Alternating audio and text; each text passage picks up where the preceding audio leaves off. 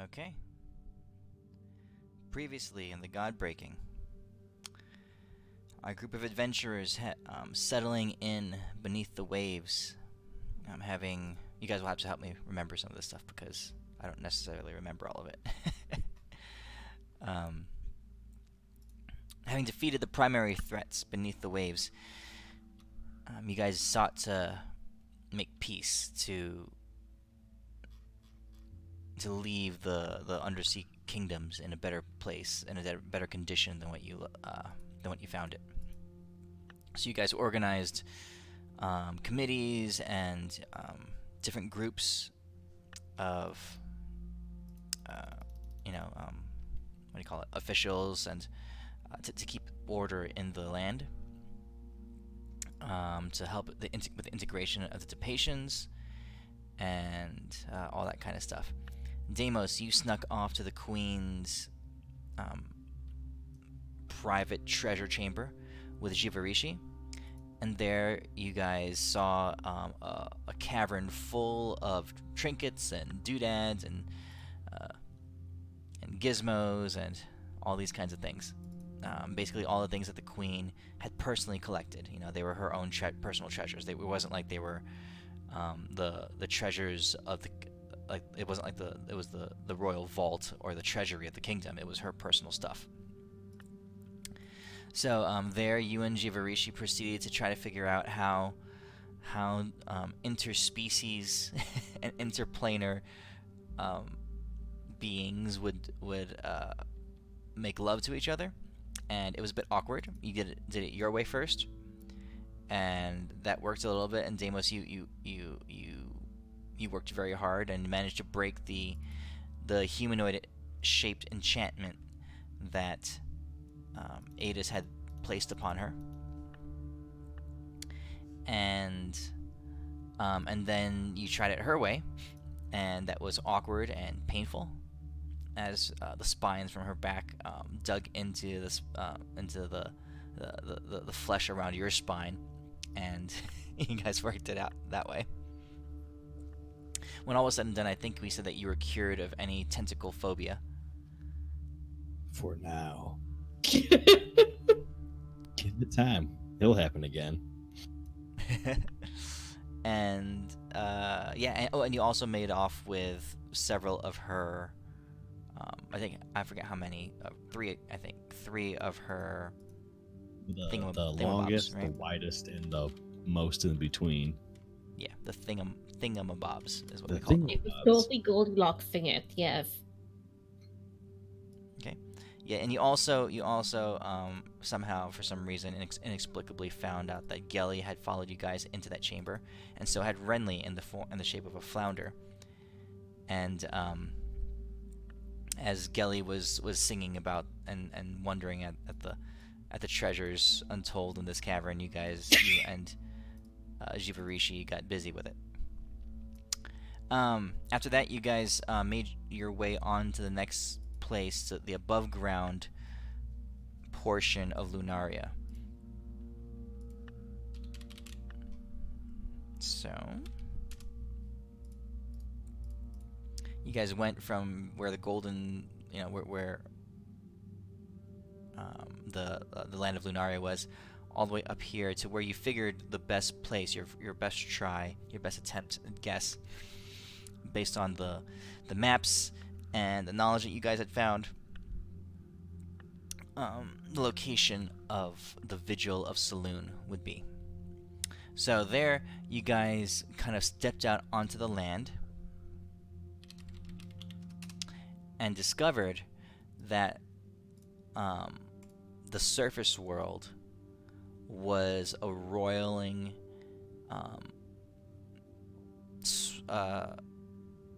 hot, steaming, kind of like blisteringly violent mess. Mad Max apocalypse, yes. Yeah. There, as you guys stepped up above the surface of the water, you realize that the effects of the Maw of the Void are much more pronounced above ground. Off in the distance, you see that the Maw extends above the water into a swirling, massive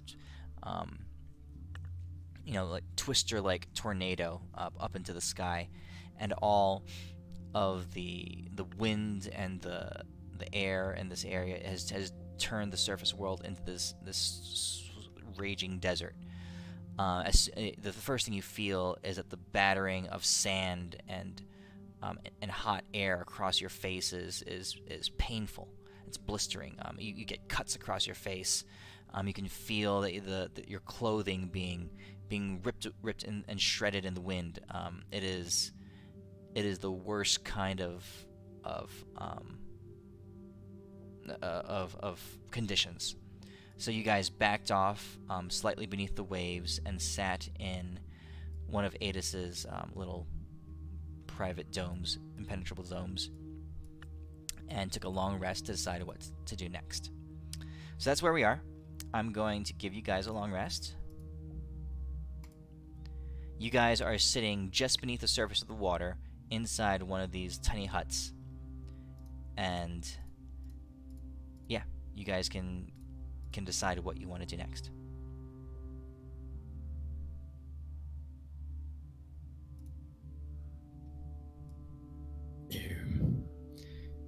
I don't know, but it looks pretty shitty up there.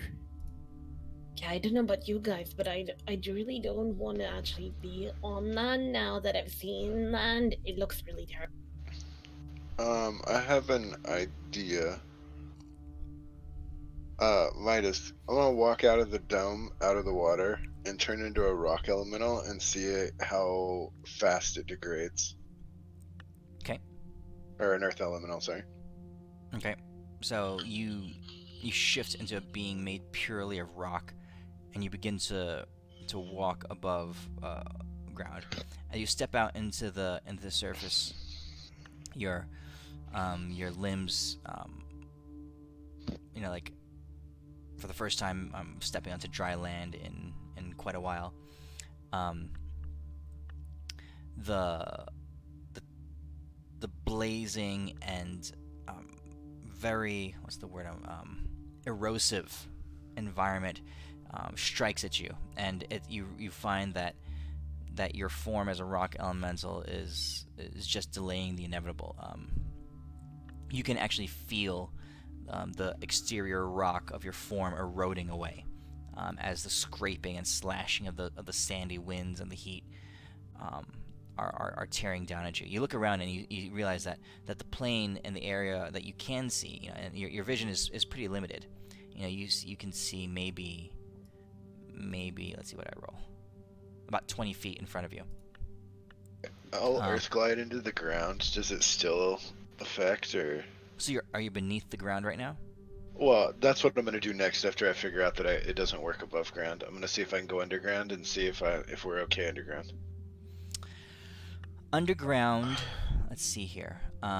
You have to go several feet beneath the surface for things to begin to be calm. Okay. Because you realize that the layer of sand is pretty deep. So you're talking 5, 10, 15 feet down before you hit kind of like bedrock. The layer of sand is deep, and the sand is constantly being swirled and tossed around. So as you're earth gliding down, you're being kicked around, pushed. It's like being underwater in like a heavy tide. You're being shoved around all over the place. And when you finally hit bedrock down below, it's like I said, 15, 20 feet below. But it's like safe. You can't really feel the effects of the maw down there. This far down, you're feeling that the swirling of the sand, right, has masked what's happening beneath the surface. And as you contact the bedrock of the land, you immediately in your earth elemental's form sense small cracks all throughout the ground. You sense that these cracks are deep. They extend down to the very tectonic plates of this world itself. So it's already started cracking the continent. It's already cracked. What you're dealing with are the small remnants of the tectonic plates that are abrasively rubbing against each other. and you can feel that the place is further destabilizing. It's taking a while, of course, because continents and stuff are massive, but the structure of this plane is very much compromised. On a scale of 1 to 10, in an earth elemental form, how safe do I feel down here? Down here, so if danger was on the 10 side, up on the surface in your earth elemental form, you're probably around a 9. Your rock form was not immune to the erosion of the wind. Down here, it's more like a 5. Okay. Alright, I'll head back to the dome. Okay. And switch back. As you head back, you find that you've drifted pretty far. Ooh. Go ahead and make a survival check in your earth elemental form. What's the stat? Here, I'll just roll a 20. I don't know what the sheet is on an earth elemental. I'm looking up real quick. Actually, I don't think it affects that stat when I shoot. It's survival is wisdom, survival? Right? Yeah, it's wisdom. So it'd be an 11 if it's my stat, and if not, then it's whatever the Earth elementals have just a plain 10 for wisdom, so it's a 0 so modifier. all right, so 3. Okay. You find and it makes sense that you would roll that. Your tremor sense, your natural tremor sense, is greatly confused. There's so much seismic activity down here, and the swirling of the sands above you, and the cracking and splintering of the rock beneath your feet have shifted you and pushed you around, and you can't really tell where you've gone. So you begin to glide through the sand, but you find yourself being caught in underground currents of sand and movement. And you are pushed around. So for the meantime, you're heading in what you think is the direction of where you came, but you're not sure where you are, and you realize that you're not in the amount of time that would have taken you normally if you had been going in the right direction. You only find yourself underneath more sand and dirt. Alrighty. Okay, back in the bubble. What are the rest of you guys doing? Well, there's a thing that I don't know what to do. Renly, you're an expert of finding out things about land and stuff. Where do you think's going at? Dude, I asked the powers that be where our thingamabob is, and it said here. So now it's your tag or it. How the heck do we get to it? Tag-a-mit. Very easy. Well, I have a move that I like to use sometimes. It's called... Oh, Midas is fucking us over. And I will pray to the heavens. I say... Oh, Tempest, that I know is true and real. Please send your Secretary Bane around or something like that to answer me a question.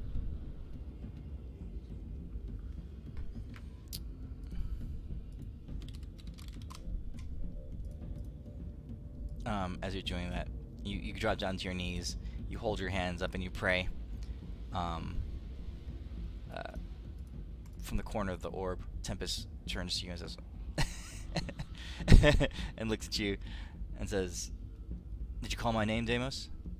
Yes, Tempest, I did. Now, hold my hand, please. We need this together. Squeeze your glutes as hard as you can, and also flex.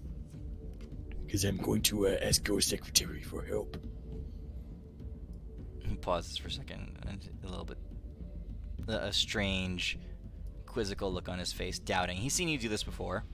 He says, "This has never really gone well whenever you've tried it in the past. You know this, right?" Always gone well, Tempest. Without struggle, there's no room to gain. It's something you've always taught me.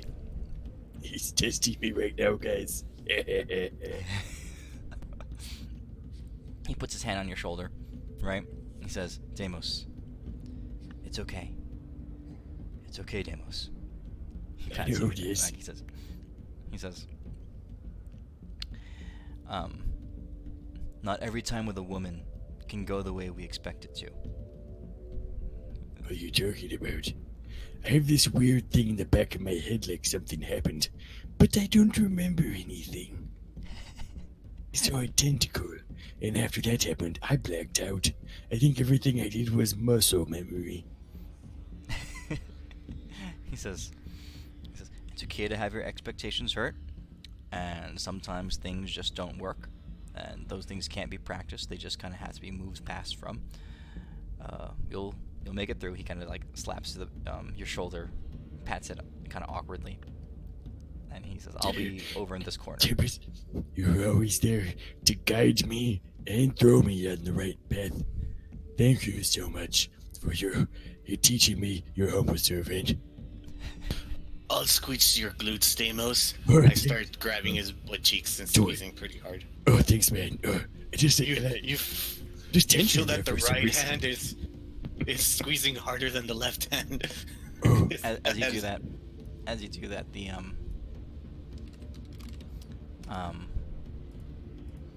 Deimos, for you, suddenly your vision swirls a mix of black and red, and you see the image of a being appear before you. You cold? Oh God! Yo, what's up, scary dude? Oh, hi, Deimos. Did you see what the fuck we did down there? I was huge and I don't even know what happened. Oh yeah, I really don't have anything to do with that.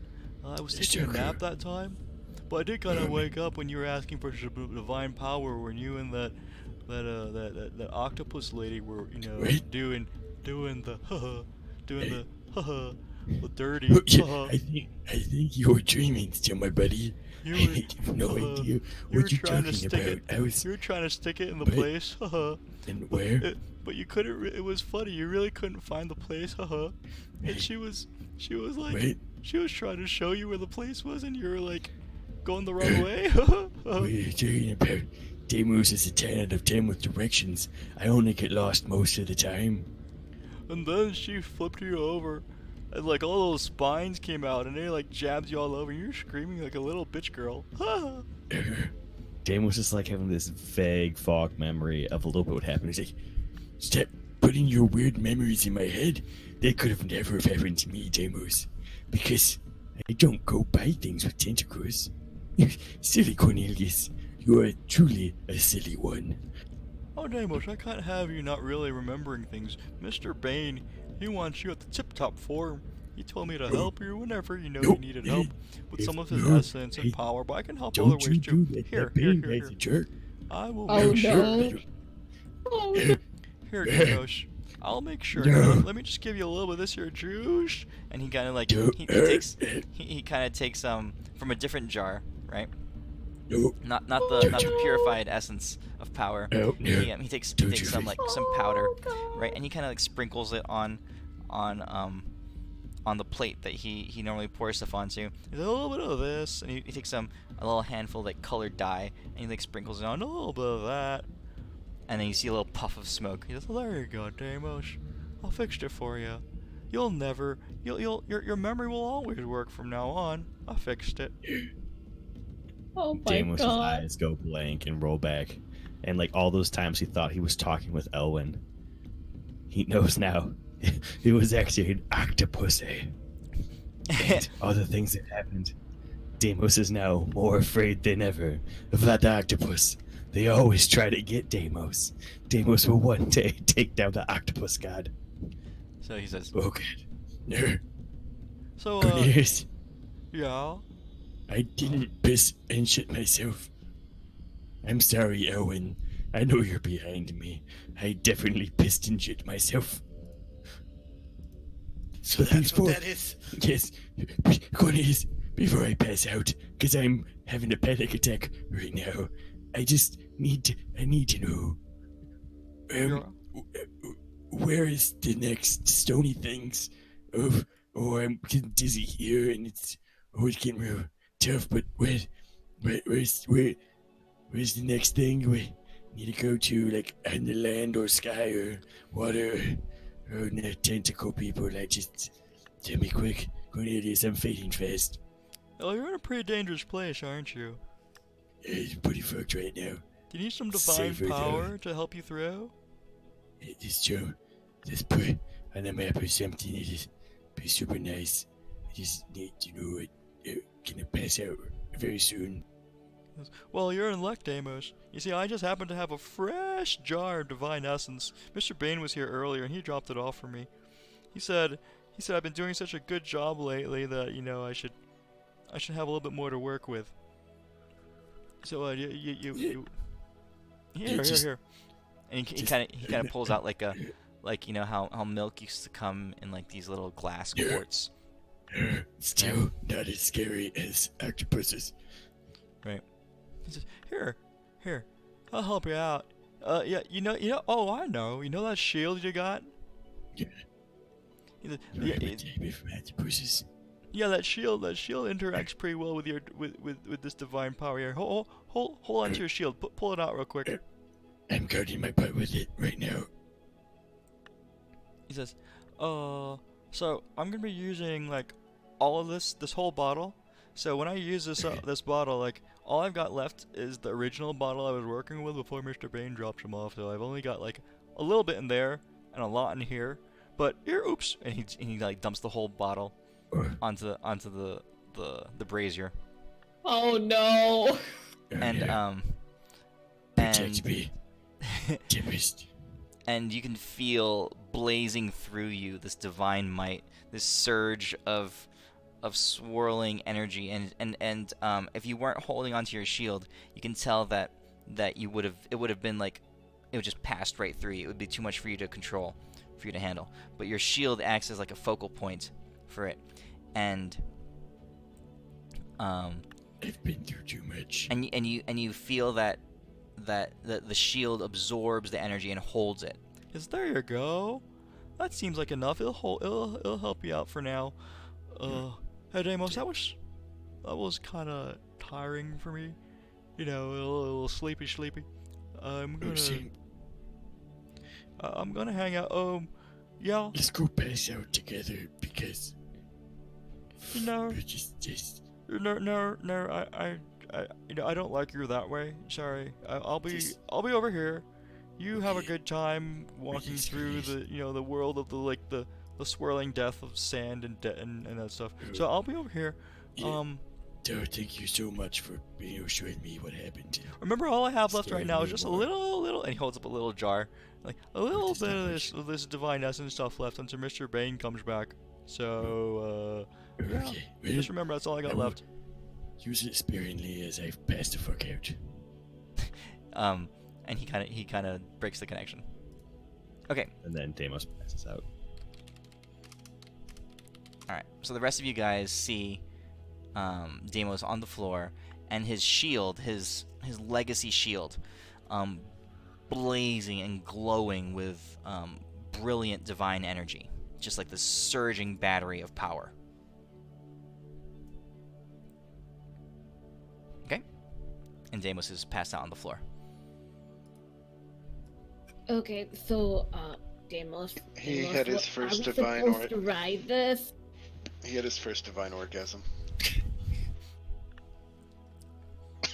Ellen, are we supposed to like use this like a sled? I mean, what are we supposed to do with it? It's glowing. Well, there's piss and shit everywhere because he's wearing like chainmail underwear, so it just passed out through everywhere. There's no soaking. The chainmail kind of like shreds it into like, how when you pass like cheese through a cheese grater, right? So it's like deer pellet poop. Stringy poop. It's like shredded mozzarella. Oh, so it's like worms. Yeah. I'll Shit, start, worms, bro. He's got worms. I'll start prestidigitating it. This will be a while. He was there for me when I shit myself. He's got the worms, Owen. You can't prestidigitate that. I'm Elwin. I can prestidigitate anything. I No, prestidigitated herpes tena- out of my. Yeah, The tentacle lady gave him worms. He got worms from the tentacle sex. I've cured STDs with my prestidigitation. You've maybe cured the physical look of the STD. So what do you guys want to do? So Adis, you're still trying to find your way back. Roll Sure. roll a survival check.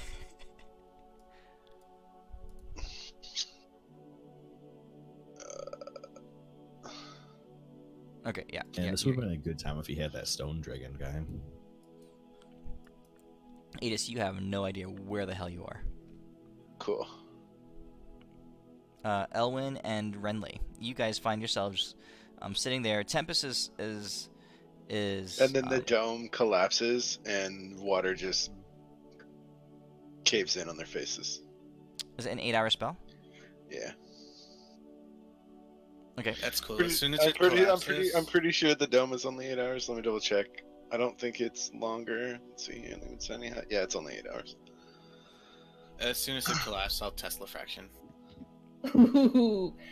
Oh, I think I have an idea. Like during the afterlife stint, I did see some interesting things, and one of the things that did stay with me sort of reminds me of the purple worm, but there were a lot of dunes, and there were these big worms with a lot of teeth, and they just mowed through everything. So I'm going to like try and see if I can turn into like one of those sand worms of Dune, and see if that could work. I don't know. So Like a big purple I'm worm? like.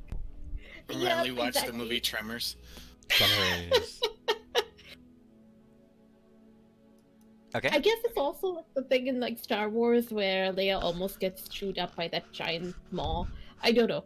I'm Yeah, not yeah. as big a Star Wars fan, but yes. So that's the thing. I'm like, okay, maybe you could ride me as I like chew through this and try to find where the hell it is. Deimos, she's trying to get you to ride her again. Deimos is on the ground, hugging his shield and crying. And pooping himself. Oh yeah, oh definitely. While That's Elwyn prestidigitates it as it gets cheese grated out of you. Mhm. It's a pretty weird sight. So little Okay. do you guys El- Elwyn's like round 2, prestidigitate. Round 3, prestidigitate. Round 4. little do you know that prestidigitation is actually a teleportation spell, and you're actually moving all this stuff to a very small pocket dimension, and it's filling up rapidly. And someday it will backfire on you. Dude, I'm twinning that shit too. All right, Renly, that's what you are. Oh, Enough Okay. room inside of his Elwyn's little tiny bubble to fit So- a giant ass worm like that? So Owen, no, the Tesla fraction is what, 10 feet radius? yeah. It's Okay, so Renly, It's a lot bigger than I thought it was. 30-foot radius. is it 30? Oh, it's Deimos's bubble that's really small, isn't it? That's right. It's only like 5 or 10 feet. Okay. So, Renly, your worm is coiled up inside this thing, super tight. You're keeping yourself from being destroyed on the Tesla fraction, but you're filling up most of the void. hello. I need to get out, guys. The purple worm rumbles at the. It's a purple worm. Hold on, Purple Worm Renly. So you want me to drop my Tesla fraction so you can go see? Because it takes nine spell slots for me to cast it again. It's not like we can move with it. I mean, It is is there a static. way like is there a way like I can find an area in my mall where they could like sort of like just pop over and sit while I like go through the fans? I don't know. Hold on I'm a second trying here. to Let me be see like here. a bird. Hold on. Let's retcon this for a second. I gotta look up something about the purple worm. Alright, sure. Just want to see how big this thing is. All right, so the purple worm is gargantuan. It's much bigger than the thing. So Renly, you see him cast a Tesla fraction, so you can choose to not to, that the worm is much bigger than this area. So you can choose to not, you wouldn't just cast it and kill yourself on the Tesla fraction. So Exactly. Yeah. No, I would first be like, okay, yes, do you want to be in my mall when I turn into this? And shall we burrow and find where Adis is? Because this would need to drop. Yeah, so you guys gotta Fuck come it. up with a plan. All right. Yeah, fuck it. I mean, if worst comes to worst, revert back to normal Renly after we get out of your mouth, and I'll just pop another Tesla fraction, and we'll regroup and come up with another plan. Sounds cool. Okay. All right, you drop the Tesla fraction, and Renly shifts into this massive purple worm. And it's huge. It's huge. I'd say its mouth is it's the diameter of its body is probably 30 feet. You guys all fit inside it pretty easily. Let's see here. Regeneration. They're pretty tough, and they can burrow, blind sight, tremor sense. Okay, so Renly, you burst out into the soil, into the raging, swirling sands, and you make your way forward. And you instantly realize, Renly, that what Adis realized, the sand and the swirling and the breaking of the ground beneath you have made this a very kind of hazardous and difficult environment to navigate in. So Renly, I need you to make. These would be. So you're tracking him. You're trying to find this kind of roaming, errant earth elemental out there. Go ahead and roll. I'm going to go deep and see if I can sense him like above me. So I would, yeah. Okay. Yeah, you're making a survival check. Okay, cool.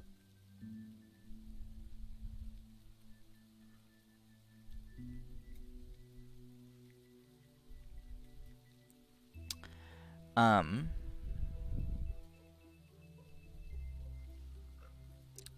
shapeshifts, you use your stats or the worm stats. My stats for wisdom, charisma, and Okay, so you as soon as you hit the ground, you feel the distortion and the swirling disturbance around you, and you think you pick up on some ripples, and it's like a fish in the water, and you feel it feeling ripples in the sand, even though it's swirling waves and pretty turbulent, and you make off in that direction. Okay. Alrighty. Some time goes by. Adis, go ahead and make me another survival check. Alright, just a moment. Let's see here. Okay, so you managed to right yourself, kind of stop the flailing and the being carried away by the sands, and you've managed to settle yourself down. Your rock form is pretty battered up. Your earth elemental form is pretty battered up. Lots of big chunks of it are chipped away. As you have been careening off of boulders and sliding through a brace of sand. But then you feel this trembling of a large creature kind of approaching you. And a few seconds go by, and you see this worm heading in your direction, and all around it there's a sheen of golden light.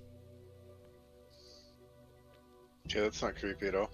And then you get swallowed up by its maw. Sounds like fun. And then you hear a voice go, "Hello!" as I use my elemental senses to holler at A. Well, I'm an elemental, so you can't talk to me.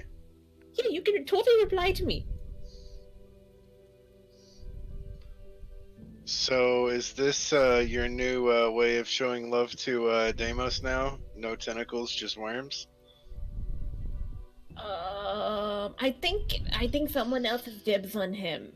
Right? Did he evolve? He's married did he now, evolve right? from tentacles to worms or something? Oh, he's still unconscious. No upgrading yet. I never knew he was Elwin, unconscious. is he awake yet? Did he die? Did he die or something? I don't know. Elvin was still cleaning poop last I thought. Tempest? Remember, I wasn't there for any of that. Yeah, I've totally blanked out on that, so I'm just telling you, like, he's unconscious. Elwin is cleaning poop. Okay. So where are they? They're probably several feet away from you at this point. They're further down the digestive tract.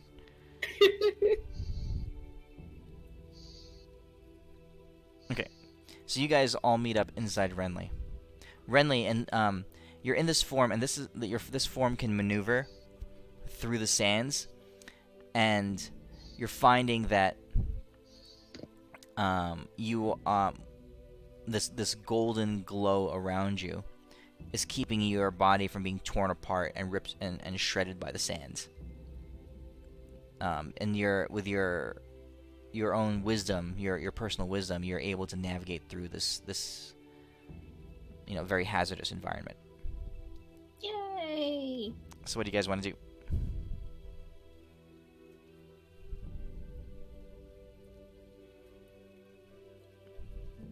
Well, Dan was just gonna try to recover while inside this worm thing, but I'm just there for the ride. You've been swallowed by the biggest tentacle ever, Demos. Oh, it's just one. It's nothing. Deimos is fine. They get one tentacle. Oh, you silly boy. Yeah, but this time instead of it going in you, you went in it. Yep. It's a power move right there. Easy peasy lemon squeezy. All right. Yes. But check out the shield. Let all this power get used on. You're looking at the shield? Yeah, my boy. Okay. So it's radiating golden light. And you can tell that it's giving with this overcharging of divine energy, it's giving off its basic properties. So its basic bubble properties, it's giving off some version of that. And any of your you and anyone that you're touching are protected from the environmental damage of this area. What is cool. I don't know what that means. But, everybody, you have to touch me at all times. Aren't you already doing that with me? I mean, you're in me, so yeah. What? No, I was told I'm married to a thing. I can cheat on her, so I will dig a hole out of it. We're not that way. We're not that way. Don't move, Deimos! Deimos will stay here. Very well. Alright, let us continue the journey towards I have no idea where we're going. I respect your marriage, and I will get you a honeymoon gift at some point.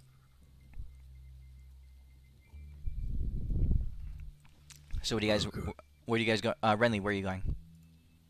I am actually now trying to figure out, like, this is worse than a needle in a haystack, because we don't even have a haystack. It's just land everywhere. So I'm just, like, going around, like, trying to navigate through it. Then after, like, maybe 10-15 minutes, when Stamos is awake and everything, I'll be like, so, guys, where are we going? I think we have to find the key things. Yeah, we have a whole continent. Where would it be? Oh, that's a good question. Have you tried to look above the land to see if, Oh, you can't see, huh? Shut up! For any where you think you could feel any underground civilizations? Ooh, I look for like tunnels or weird stuff that might be underground. Okay. You're digging. You're traveling through. You're finding that the devastation of the ground is of the ground above is pretty thorough, and you realize that a lot of the ground itself has worn away. So any layers of topsoil and sediment and that kind of stuff have basically the stuff that's not solid bedrock has been quickly just ripped away and shredded into sand. So even if there were tunnels in the earth and dirt here, most of them would have been just swept away. Okay. Deep down under the rock, let's see here. Can worms? Yeah, I guess they would be able to travel through solid rock too. Yeah, you're finding solid rock. There's no underground civilizations.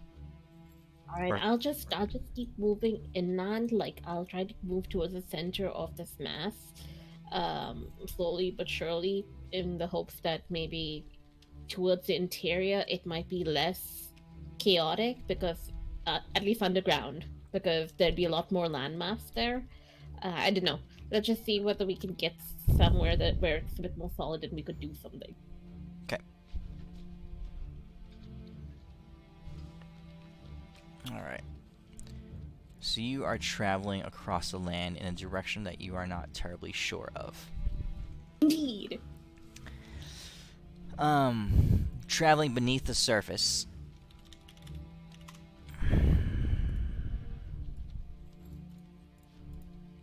You kind of make your way, along where that blue line is, towards the center, and you can feel now underneath that the rise and fall of the earth of the bedrock is kind of changing as you're moving into a different topographical landscape.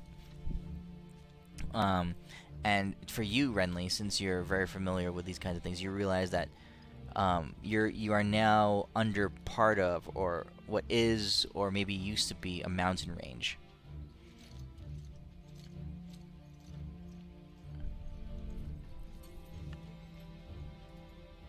And so during this time, like, after going through these different areas, I'll be like, and so this is what probably used to be the bottom of a river, and oh look, this used to be probably like a forest area, and now we're in the mountain ranges, y'all. Yep. I mean, it's glorious, and nobody can see anything because they're in me. But I'm still giving like this touristy thing of like, yes, I'm sure like there are mountains above us.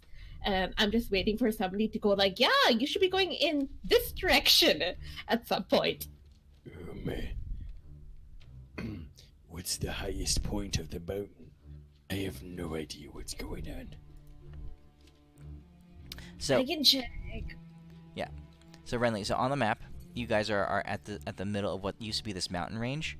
So underground, you can feel the ground, the rise of rock beginning to swell upwards. You're not sure how high the mountains actually go anymore, but where you are underground right now, it's definitely different beneath the surface of the sand.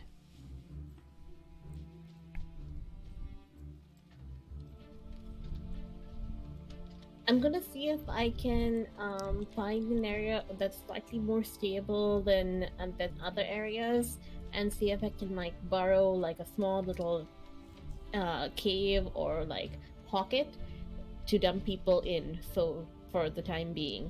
Okay. So roll a survival check. Alrighty.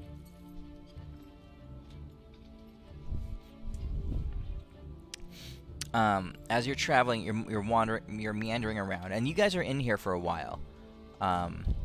Inside Renly for a while. Hours and hours go by. What you're gathering, Renly, is that just like underneath the water, the further you are away from the void, the less the disturbance is. Relatively speaking, you know. Alright, no.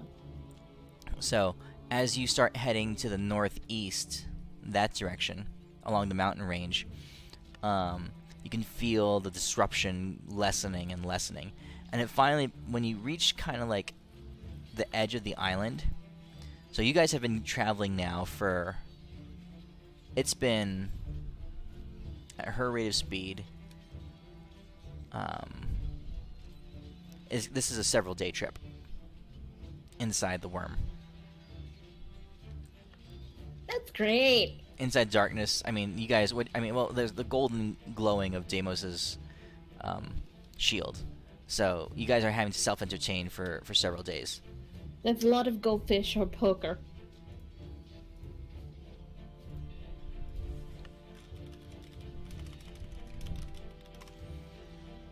I'll use my spiffy polymorph ability to turn into a sword for the 3 days. He turns to a sword. No, That's not just any amazing. sword, Yay. the special sword that the angel form Are you The angel sure? gave me? Tempest is totally gonna play with you. She gave you a short sword, right? Just a plain short sword. Yeah. Yeah. Tempest, he kind of sits down next to you, Alwyn, and he says, you see him chuckling to himself, and he leans over to you, Alwyn, and he says, I just realized that this is definitely, by far, the longest amount of time I've been inside anyone, much less a woman. I wish I could say the same.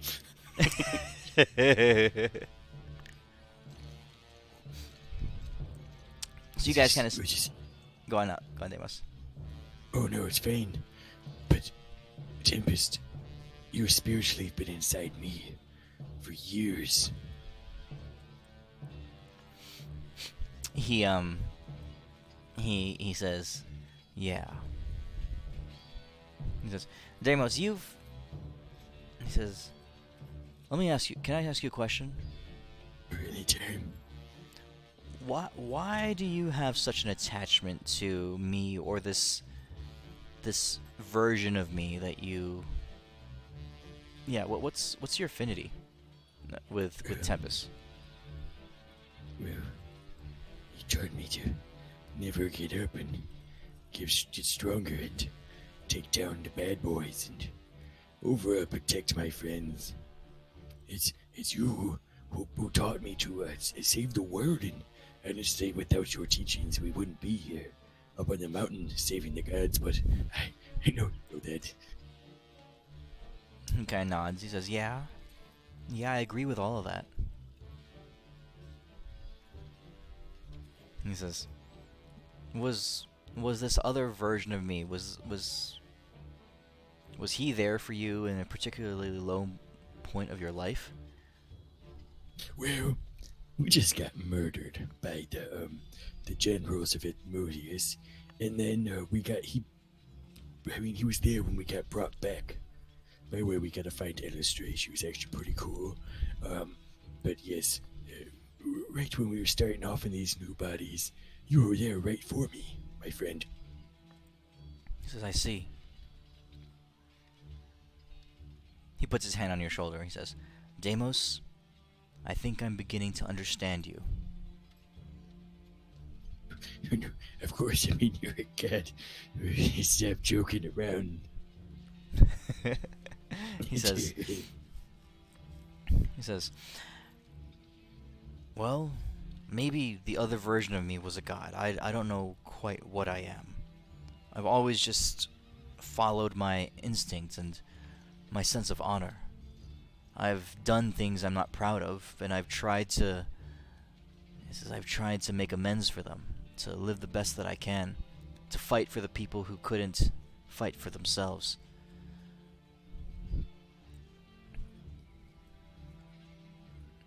He says, I don't know that I'm someone to be followed, Deimos, but I respect this journey that you and your friends are on. He says, and I'm all in. This is worth fighting for. I mean, you kind of stuck us on this journey to begin with, so I mean, of course, you're just a silly guy. He says, if Bane was lying to you this whole time, then it really wasn't me that said all this to you. No. It was really him pretending to be me. I'm very confused at what you're saying right now. I know that that's what you guys are testing me again. Hey, I'm just saying, I maybe I wink at Tempest and I walk away because I'm like, he's testing me again. At Tempest, he thinks he can get me again. Here, it's just don't worry, Tempest, I got you. And I'm like, Erwin, I think I did a good job. Good Alright. boys get treats. Good boys get treats. Okay. Alright. Several days go by, and you're moving rapidly along this mountain range, Renly. And as you've made significant distance along this underlying fault line, you're following it with the mountains, and you can tell that the disturbance is growing less and less. The land above is definitely affected, but the cohesion of the sand and the consistency of it is becoming rockier. So it's not quite as eroded the further away you get, the further away from the maw. You make it to the edge of the mountain range, and you feel that the disturbance has died down enough that you can surface, or at least find a place that's higher above that to kind of settle in and rest. Awesome. I'm going to do that so that people can no longer be in me and finally get a rep. Okay. So what are you doing? Are you trying to find a cove underneath the ground, or are you trying to go to the surface? What do you want to do? I'm gonna go to close to the surface and try to burrow a sort of cave through. I'm gonna make it pretty deep and then burrow my way out of the cave. So it would be at least 50 to 100 feet deep, and going upwards, or basically at an angle. It would be all uphill walking, guys, but hopefully that should help keep some of that turbulence away. And it would be facing like in this direction, the same way that my journey was going through. So that way, like I just burrow out and above that way, and so that way, like people can then just like climb out if they want to see outside or just stay in the cave. Okay. So if this is the ground, right? This is the bottom bedrock, and these are the layers of sand above, right? And this is the surface here. You guys were traveling, and as you're moving along, you're realizing, Renly, that the mountain range, the layer of rock, rises along the way. So it's like rising up this way. Okay, so you burrow through the rock, and then you go up. Okay, and then you kind of punch out through the rock that way. And with that, what happens is that you find that you are in the remnants of a mountain, right? And as you break through, so let's see here, let me clear the drawing and move it over a little bit. So this is the remnants of a mountain, right? And you kind of come up through here, like that, in your little cave, and kind of punch through the surface here. So this is the cave that you made, right? Hey. So you are looking out. You are in the remnants of what used to be a massive mountain. It's likewise been eroded down and worn down, but there is still some of it, protruding above the surface. So you guys are now inside this cave area, looking out, and Renly, you're able to drop your shapeshift. And it's relatively peaceful. The swirling and the howling of the wind is whistling through this cave that you've created, but you guys can see fairly clearly, much better than it was from this place that when you first came above the water. So that's where you are, inside the cave. What do you guys want to do?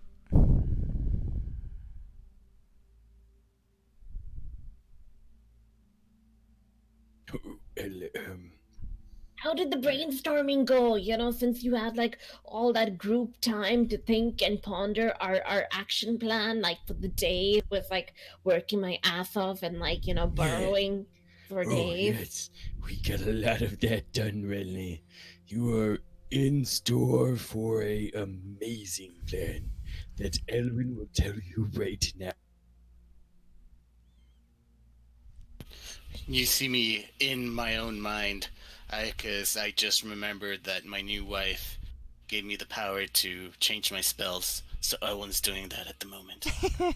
As he's doing that, you see that I point at Adis and I said, I told Adis what we were going to do, and he is now going to tell you what And I didn't hear a single thing of it because I was a sword the entire trip. He was a sword. He was a knife. That is why I, Deimos, right here, right now, I'm about to tell you exactly what we were planning while you were working your butt off for days. Uh-huh. So we're gonna try to pull our powers together and try to locate a strong artifact item. We've made one in the past, so we think that we have an affinity to try to find something like that.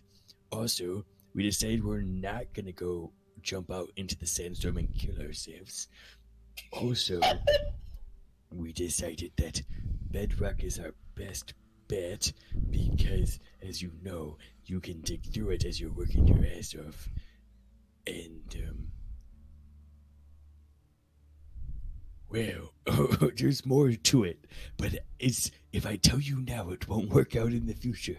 So I have to keep that part secret. Only for when the time is right, you'll find out what it is. I pat you on your knee, and in my head, I am face palming. Inside my head, I'm like, I totally tricked her. She doesn't even know that I have no plan.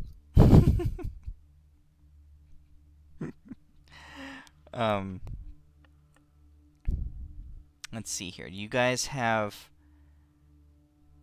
yeah. So you're looking out the cave, and the winds have. It seems the wind here is weak enough that you might be able to.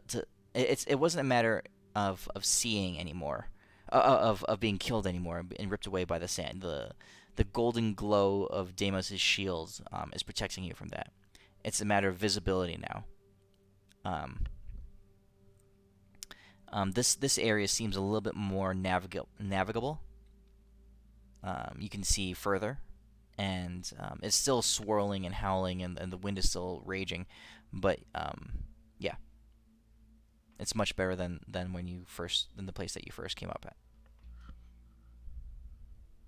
Okay, I pull out my book, and from my bag you see this massive book. Like, it looks like a binder, but it's got all of these like massive amounts of pages in it. I'm like, okay, so I don't really use this that much. I used to use it more often, like 200 years ago. But I have this spell, and maybe we could like do something with it, like maybe use it for detecting the magics of like artifacts or something different. And maybe like we could travel with it and find what we need to find.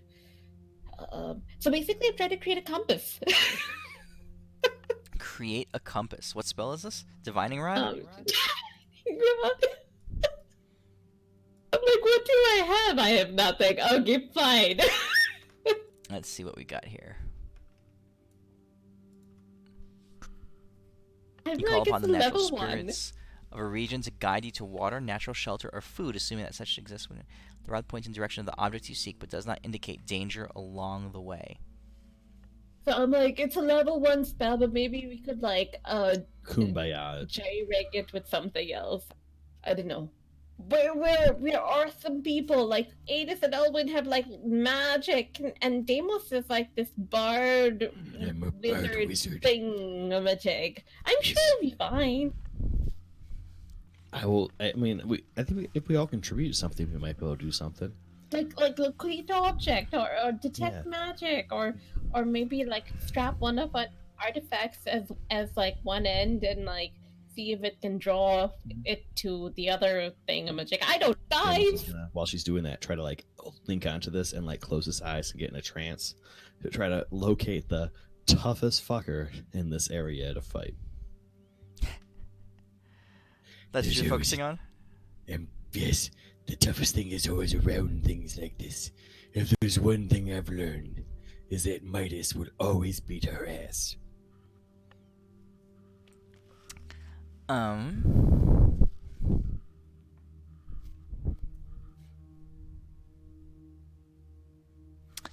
Renly.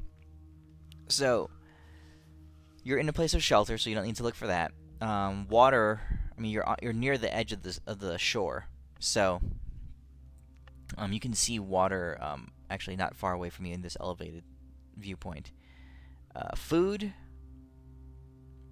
As you start focusing on the basic ingredients, these simple things that this level 1 spell can access. You're trying to find. You say, well, I find water. I found shelter. I'm looking for food. So you're kind of swinging it around, and you feel a slight tug further to the northeast. That's all it is. It's a very faint thing, and it's definitely far away, but it's the only thing that you've picked up on. You realize that whatever's out there, that there's something at least different from sand off in that direction, towards the shore. I have something. I have something. It's food. I mean, maybe it might lead to something more. I mean, have y'all come up with something? And then I just look at y'all with judgment. I stare Renly straight in the eye. I think I felt the same thing. As soon as you mentioned there was something over that way, I thought, yeah, there could be. Call it gut intuition. But I think it might be the same thing we're thinking of. I eye you up and down, Deimos. Oh no, you said it, so now he's thinking it too. So now he thinks that he also was thinking of it because you said it. Oh my god, you probably have advantage on this. Deimos is dead set thinking that this was what he was thinking of now. I truly believe that you think this, oh god. Yes, you do. Alright, what are you guys doing? Want to go that way, guys? Yep. I only have one more spell, so I'll be. Cool. But I'm just following you guys around. You have so many spells. We had long rests along the way. He's Dude, redoing I his only have spells. 15. He's Oh wait, he's- you're changing your spells. Okay, never mind. Yes. I have to keep forgetting every time we do a long rest to mark off the spell slots for that. Save our ass ward. Oh yeah. There we go. Alright, well, I'm good to go whenever you guys are. Alrighty, and it's purple worm time again. Okay. So, Renly, you go purple worm, and you just dive off into the sands, heading to the northeast. Staying closer to the surface so you can at least detect things in the area. Mm-hmm. You make it to the shore. And here things are just a little bit calmer. And you can tell based on the feeling and the remnants of the rock. So underneath it's no longer just straight sand anymore. You feel you're passing through rocks, and it's just less broken down out here. That this used to be some kind of settlement. That this was like a city or a town or something. You can tell by the way you can see foundations of buildings still beneath the surface of the sand, stuff like that. We found civilization. And I continue to look for that food and make a beeline towards. Okay. In your purple worm form, the movements and stuff are pretty gross and large. You can't really follow divining rod, so you kind of move in the direction. You'll have to shift out into human form to be able to hold the divining rod. Oh, I thought it was. Oh yeah, never mind. Yes, it is a fork stick. Okay, yes, it's a stick. Very difficult. Yeah, it's a stick that you're following. Could it be inside me and then like? I don't like know. Elwyn and all holding it? I don't know. I guess you Because could put a stick. technically it's touching me. I mean, personally, really, I don't know if I want to hold your stick inside of you. I don't know what that means. Shut But up and I will hold say, it. safer than sorry. In these plains, I've learned my lesson. Tempest reminds you that you are a married man, Deimos. Yes, I will not hold another lady's stick inside of her. But for a friend, I will assist you by standing up your stick inside of you for science. I'll take what I can get. Thank you, Deimos. Yes, you're welcome. I've always got your back. Okay.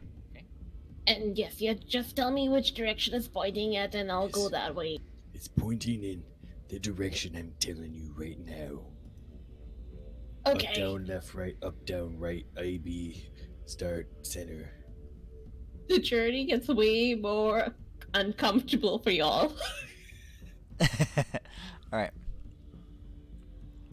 You've gone as far as you can in worm form. Like I said, the worm is very large. You hit a spot. It's at the edge of the town. You can tell because of where the foundations of the buildings have kind of like stopped. Alrighty. Everybody off, end of the road. Okay. So you kind of eject them above the surface, and you guys are now standing on the surface of the sand. And this town that you're in, the buildings have worn down, and there's small piles of debris that are being broken down. Also, you can see the remnants of what used to be buildings. And you see a larger place that might have been a town hall. You see private dwelling places. Something that's still kind of almost still standing is a temple area, where the rock was at one point large and impressive, and now it's been worn down for sure, but it's still doing much better than the rest of the buildings in this area. That's what you see behind you as the town that you kind of just passed through. And here at the edge of town, you see that you're looking at. And it's hard to tell, covered by all the sand. But this is what let me just draw it. You see. So if you guys are standing here, and the edge of the town is behind you, right? You see a pattern of small. So it's just for scale. This is how big Tempest is. So you're seeing a pattern of small rises in the sand, like this, and it features in rows. Just small bumps in the sand is what they are.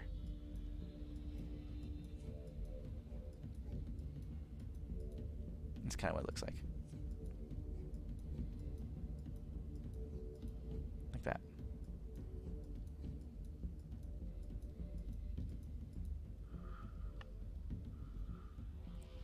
Huh. Anyone see an entrance? Yes. It's right here. And I dig a hole into it. So you're looking for an entrance to the sand? Like maybe, somebody might still be alive, or like if there's food, where the hell is it? Yep. Who? So, you guys are what you're digging into one. These are mounds of sand, little piles of sand, that are rising above the surface of the rest of the sand. And like I said, the wind is swirling around you, and it's raging around you. But since you, as long as you guys remain in contact with Deimos, the glow protects you from the environment. If you break contact with Deimos, you start taking damage from the environment. Great. Well, you guys are touching me. It's kind of weird. You guys can all touch. Also, like you can form a daisy chain. So as long as someone's touching you, Deimos, and they're touching that person, you're okay. So I guess Elvin is constantly touching you, so you're happy with that, and we'll just follow up Yeah, after. I'm down with this. Yeah, that's perfectly normal for you.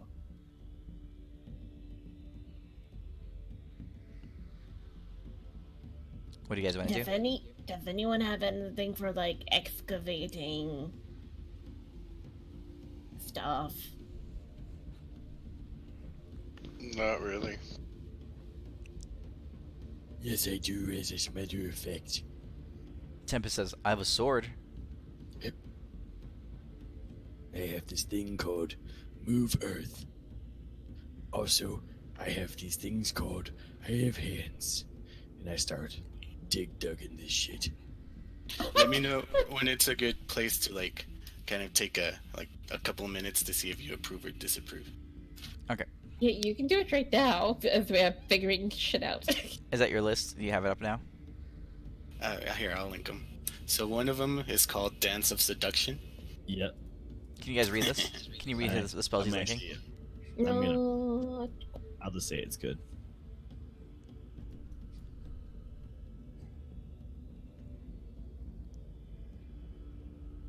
You attempt to charm creatures within range by dancing seductively.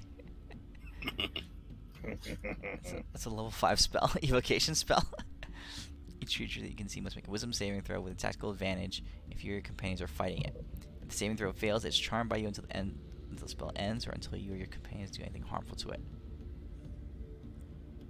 So this one's up for approval because the stupid book I got it from is only for Bard and Wizard, but I'm Elwyn and I should be able to seduction dance someone. Yeah, that's fine. That's good. Okay.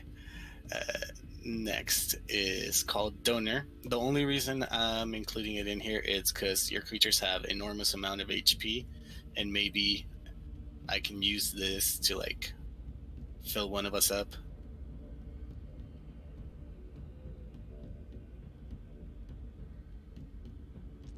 By touching 2 creatures simultaneously, you transfer any number of hit points between them. Neither creature can have its hit points raised above its maximum, or lowered below 1. An unwilling creature can make a Constitution saving throw. Successful save negates the spell. That's cool, yeah. It's cool. Okay, next one is Death's Imposition.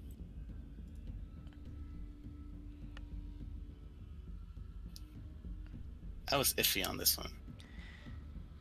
Let's see. Level 6 spell. The magic you weave around one living creature makes it believe it has died.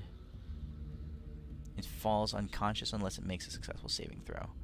At the end of its turn, each turn, the creature can repeat the saving throw. If the saving throw succeeds, it wakes up and the spell ends. Otherwise, it takes 4d8 necrotic damage, remains unconscious, and the spell continues. If the adjacent creature spends an action trying to awaken it, it gets tactical advantage on the saving throw next turn. If the creature remains unconscious but alive for 10 rounds, it must make a Constitution saving throw at the end of its turn. If it fails, it dies. The creature instantly awakes when the spell ends. Creatures immune to charming are not affected by Death's Imposition. It's a concentration too. So it becomes unconscious unless it makes a saving throw.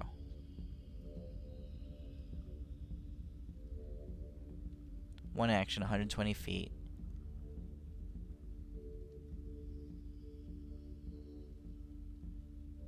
Sure, why not? Okay, because I was gonna put in back in euphoric ecstasy if you said no to this one. Euphoric ecstasy is such a good spell, though. All right, and then this is the only damage spell because I know Electrical for level storm. 6. So I had modified your spells according to your stats and stuff before.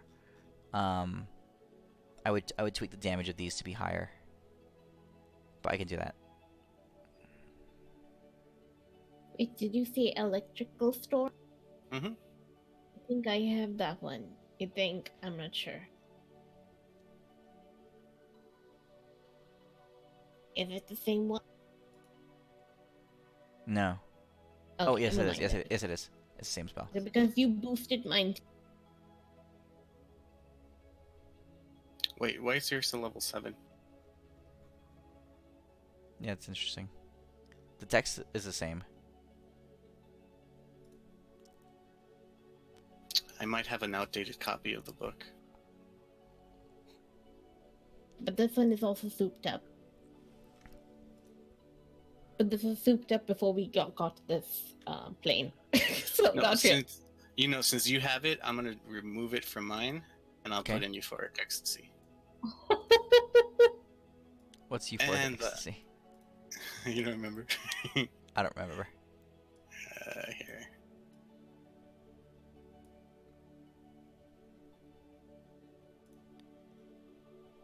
A creature that you touch, so this is level 5 enchantment, must make a successful wisdom saving throw or be overwhelmed by feelings of bliss and euphoria.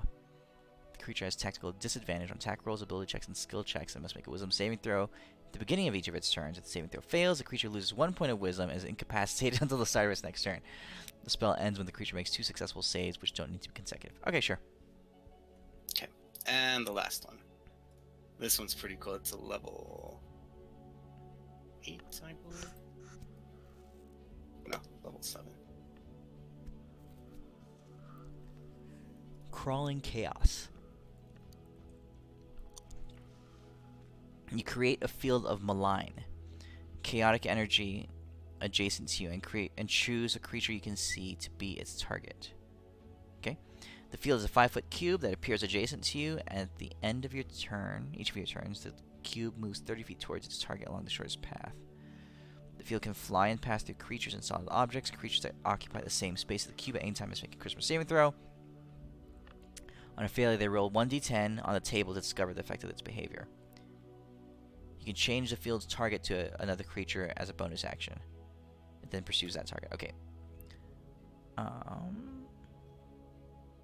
me activate this module. Book of Lost Spells.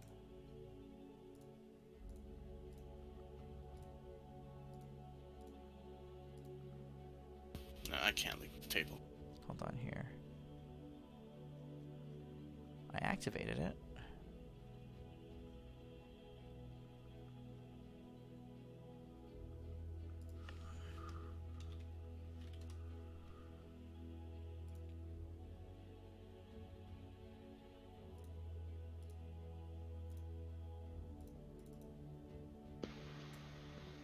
I Are you loaded trying it. to- It opened up, but I can't read any of them. It's weird. I'll choose another one. No worries. It's coming up glitch. Can you just tell me what the table is? It's similar to the Like, you can keep it. Just tell me what the results are. What the effects roll are. a d10. 1 creature incapacitated start of the next turn. If it moves, it must move as fast as a random direction.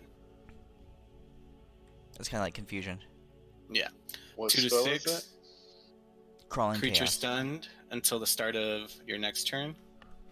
7 to 8. Creature immediately makes a melee attack against the nearest creature within reach. 9 to 10. Creature unaffected. So Okay, like that's the cool. chaos table. Yeah. That's fine. I'll just if you cast it and someone's affected by it, I'll just have you roll and you tell me what the effect was. Okay. Let me see if I roll on it if it'll show up. Oh yeah, Yeah. that's fine. There we go.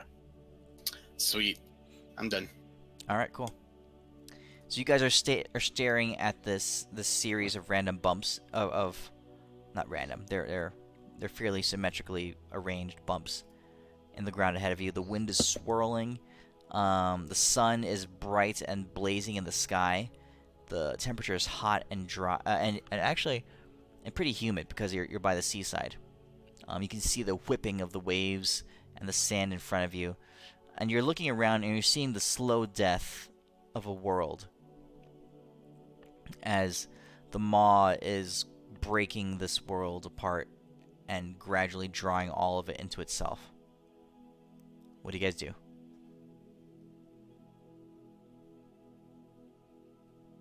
Alrighty. I pull up my sleeves. Okay, you might want to stand back for this. And Okay. this might not work, but we're gonna do this. We're gonna do this.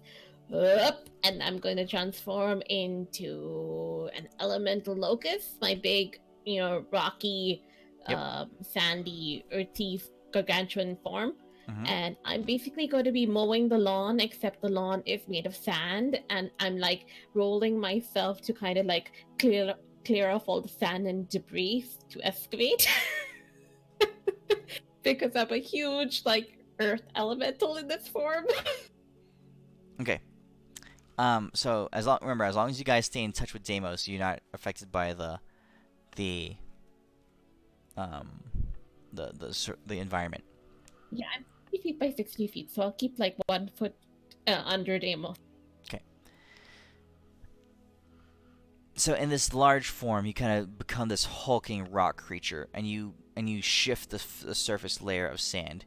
As you do, you uncover basically what was a graveyard. And you can find the remnants still, somewhat decayed, of dozens of creatures of not immense, but like large size.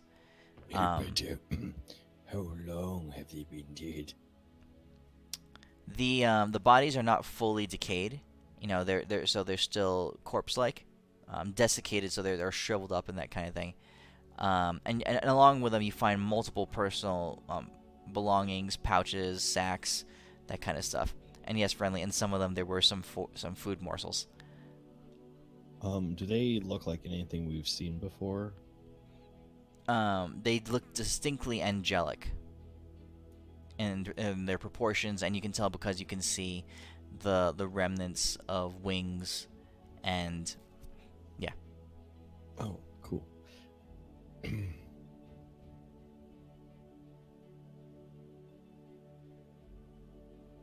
gonna try to res one of them, the toughest one of them.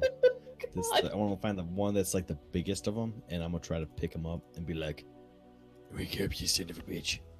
It's time for you to tell me what the fuck is going on, because we are lost and we're in the sand." Okay. And as he's slapping him, I guess he's casting resurrection. Oh yes, I should probably do that also. But yes, I will. I will do that. Okay. Roll a d20. It's a good thing you asked me to do that. Which spell are you Because casting? True Resurrection, or just... I think the only one I can do is the true, because it's obviously been longer for 10 days, unless like my skills get bumped up. What skills? I mean, you guys have had several long rests along the way. Do I think Ray's dead? Like, you know, we're more powered up than we were before. Do I think that would be 10 good days? enough Oh, no, to no, no, res that's one of not these that's not enough time now. Yeah, we're stronger now. All right, well, I only got one then.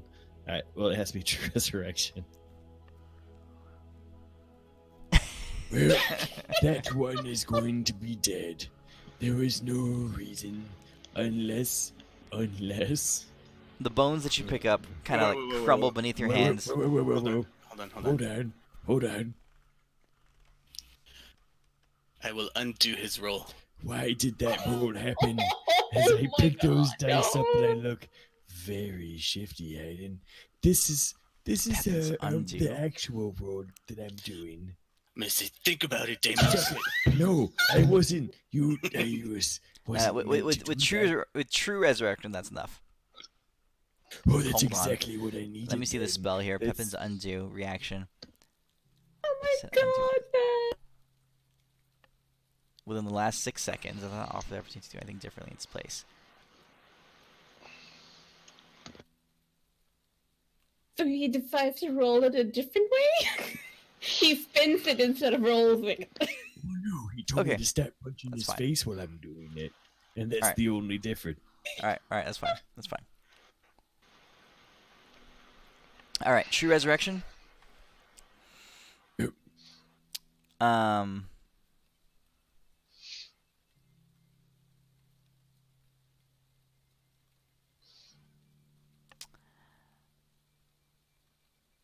You pick up these bones and this desiccated corpse, and Deimos, you focus all your attention and your divine power into it.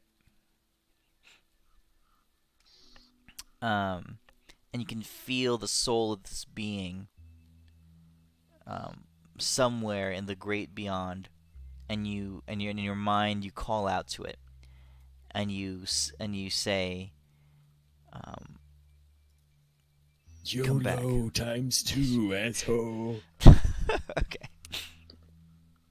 And as you do that, you feel yourself knitting its body back together, drawing it together, and you're pulling individual particles of sand and dust from the world around you, and parts of its body that had broken away and fallen away are being pulled together. It takes a while because they've spread so far,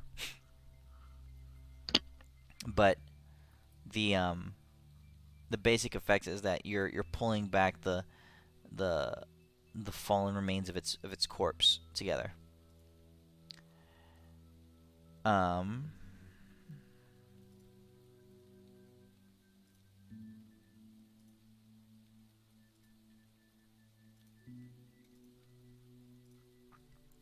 Deimos, just roll a d20.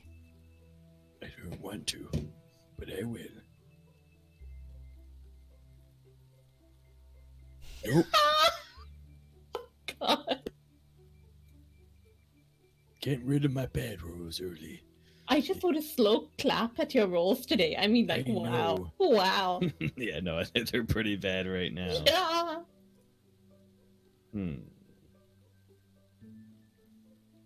Is there any way I could try to boost this roll? No, that was just One? to see. That was just to see which of these pictures that I'm Ooh. looking at. Oh. I just googled. Yeah, okay. I just googled a for images of angels, and I want to see what kind of picture I should choose. Give me some gross ass one.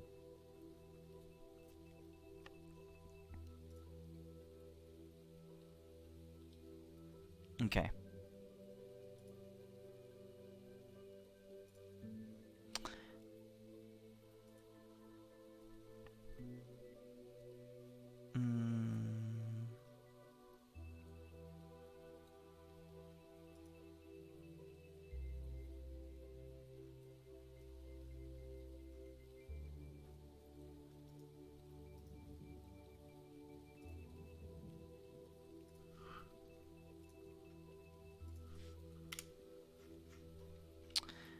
You pull this being back together, and you can feel its body, like I said, its body knitting together in your form, and it takes on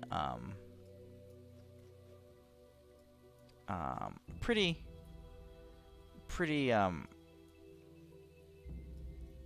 do you say, just like large. The angels are larger than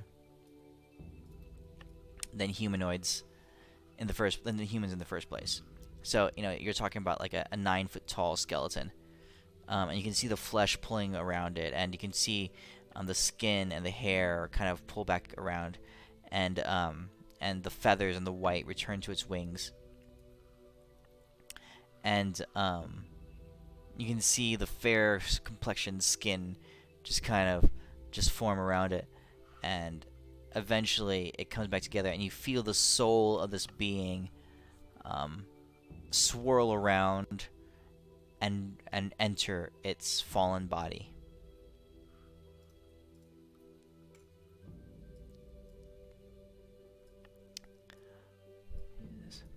What's up, Pansy Man? Hi guys. What in the world's going on here? And as soon as he comes up, Deimos, since your hand is touching him, his body is surrounded by golden light, and the raging winds don't tear him apart. He says, "Oh man," he says, "this place has really changed." Yep.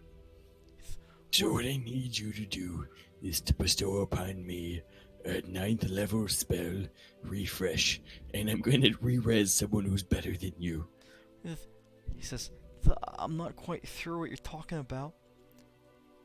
Oh, you're an archangel, Michael. Okay. Yeah. I really like to go by Marcel though.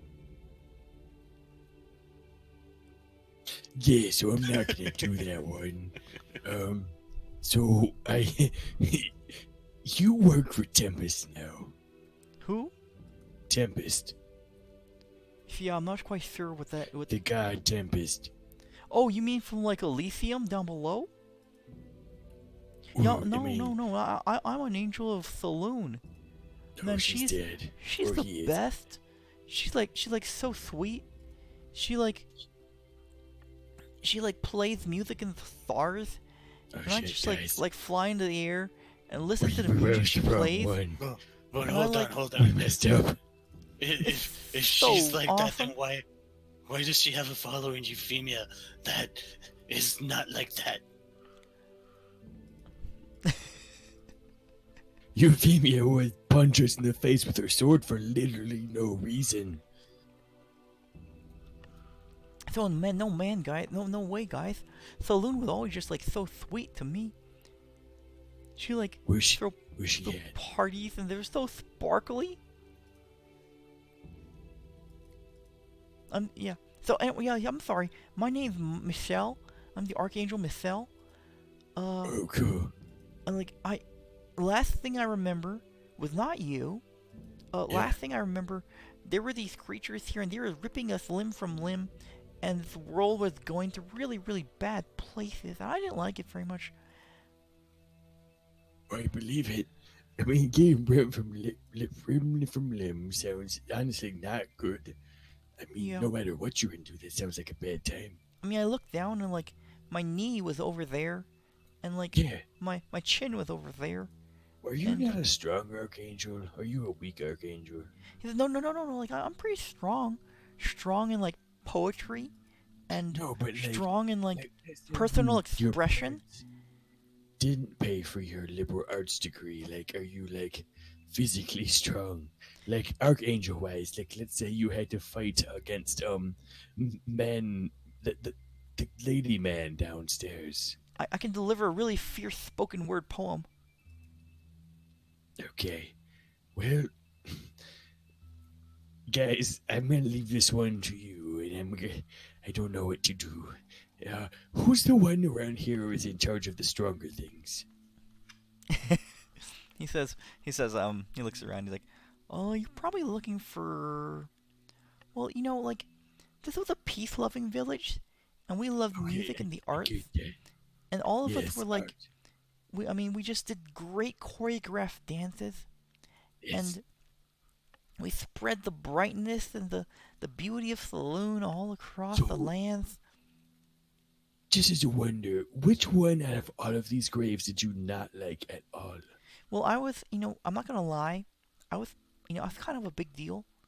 I was like head choreographer, and I mean there was this one dude, he didn't really like the choreography I made for him, so like I had to like, buy him a mochaccino and like talk to him and say, hey dude, just chill and just do the choreography because it's better with all of us. And he came along. So yeah, that was the one time we didn't get along so great. Well, I'm officially over my fear of octopuses. I am afraid of all these millennial angels. So he pulls out his plastic sword. And I mean, he puts his plastic sword away back into its plastic sheath. Oh, yeah. And he says, Fuck. Hey, it's a prop. He says, so, what are we doing, guys? We need to rebuild your Saloon's dead, and we need the vigil stuff. Also, where are the other archangels under her? Because we could use extra help. His eyes kind of go wide. He says, oh, that's right. I guess I should know. I can tell right now. Oh, man. Saloon is dead. Man, she was top dog. She was like #1, bitch. She was like the coolest, most fiercest. Oh, man. But where's your body at, actually? We'll bring her back instead. That I could tell you. Hold on a second. Yeah, He where's closes his eyes, and his wings kind of flare up behind him. Awesome. And you see his feathers kind of flare up and ruffle in the air, and there's like glittery sparkles kind of come off it. They kind of like glow and they're shed off of his Stop wings. looking at him like that. He's not a piece of meat. And then he says, "So, I can sort of tell you what went on. Let me just speak for a little bit, and then you can ask me questions, okay?"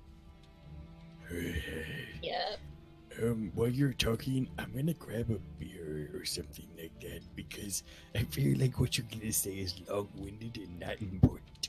You really shouldn't do that. Beer is like 90% just like calories. It goes straight to your gut. First off, your people love craft beers. Wine. Yeah, no, that's true. I do love a good IPA. A good IPA. Son of a bitch, this is my life part-time. The hoppier the better. Holy fuck you now. I know. This is hitting home right now. God. Bring on those IBUs, you know what I mean? Demo starts puking. So he says, so like we were here doing our choreographed dance in the sky. You know, it was we were imitating the dance of the lightning bugs from the mortal world below. You know what those are, because they were like from your world. The lightning bugs. We with angels were doing the dance of the lightning bugs. It was one of my finest works. And then all of a sudden, the portal blew open, you know, like from the land below. We'd heard rumors, but it happened so fast that and blasting through with all these hideous creatures, and they were seriously not fierce. They were just ugly, they you know, they didn't have any raw factor to them. You know, they were just mean. And they came through and they started ripping apart my co-dancers. So we just he says there were warriors amongst us for sure, and we did a few things. We tried to get Saloon to safety. She didn't want it, but she got away. And there were a few of us that were sworn to protect the Vigil. And the rest of us, we just went off and had a dance-off with these demons. And that didn't go very well, I'm telling you. They didn't like our dance. My plastic sword didn't really do much. So they just kind of killed me. And they killed all my dance troupe as well. But hopefully we bought time for Saloon and for the Vigil to be gotten away to safety, you know? So yeah, that's my story. It's a great story. Yeah, where'd that shit go? He says, well, he looks down and you can tell he's wearing Birkenstocks on his feet. And he's like, Oh my god. He says, well, we would have taken them. I wasn't in charge of that, but they would have taken them away from where the fighting was. I can imagine that. So the further away from where all the bad stuff went down, and I do know where Saloon went. She went to her hidden grotto. Okay. So currently, where is that right now? He points. I show him a map. I'm like, where would it be with this tectonic movement, asshole? I mean, great dancing man. He's looking at the map. He's like, guys, not gonna lie, I kind of didn't pay attention at all when we took geometry in high school. Okay, You so know, that's math. I was too Right. busy living my truth, and fighting against injustices and global warming and shit. What about geology? How did you do in geology class? Man. Because you're fighting against global warming, so you must have paid attention to that one. No, I don't like getting my hands dirty, and rocks are dirty. So we just Whoa, no, you didn't have to touch them. You just had to talk about things that you don't know about. But I you let a listen from your let a really liberal fierce arts professor. recycling drive. I mean, we were recycling, you know, so everyone's caught up on these plastic straws, but no one really thinks about the wrappers of the plastic straws. And let me tell you, man, the wrappers of the So- plastic straws, they had feelings too. Yeah, So- they did. So, you know, everyone was talking about the plastic straws, but me and my friends, we started this whole initiative to save the wrappers of the plastic straws and recycle them. We made all kinds of colored bracelets and shit. Yeah. Guys, I'm sorry. I actually, this time I will say that I messed it up.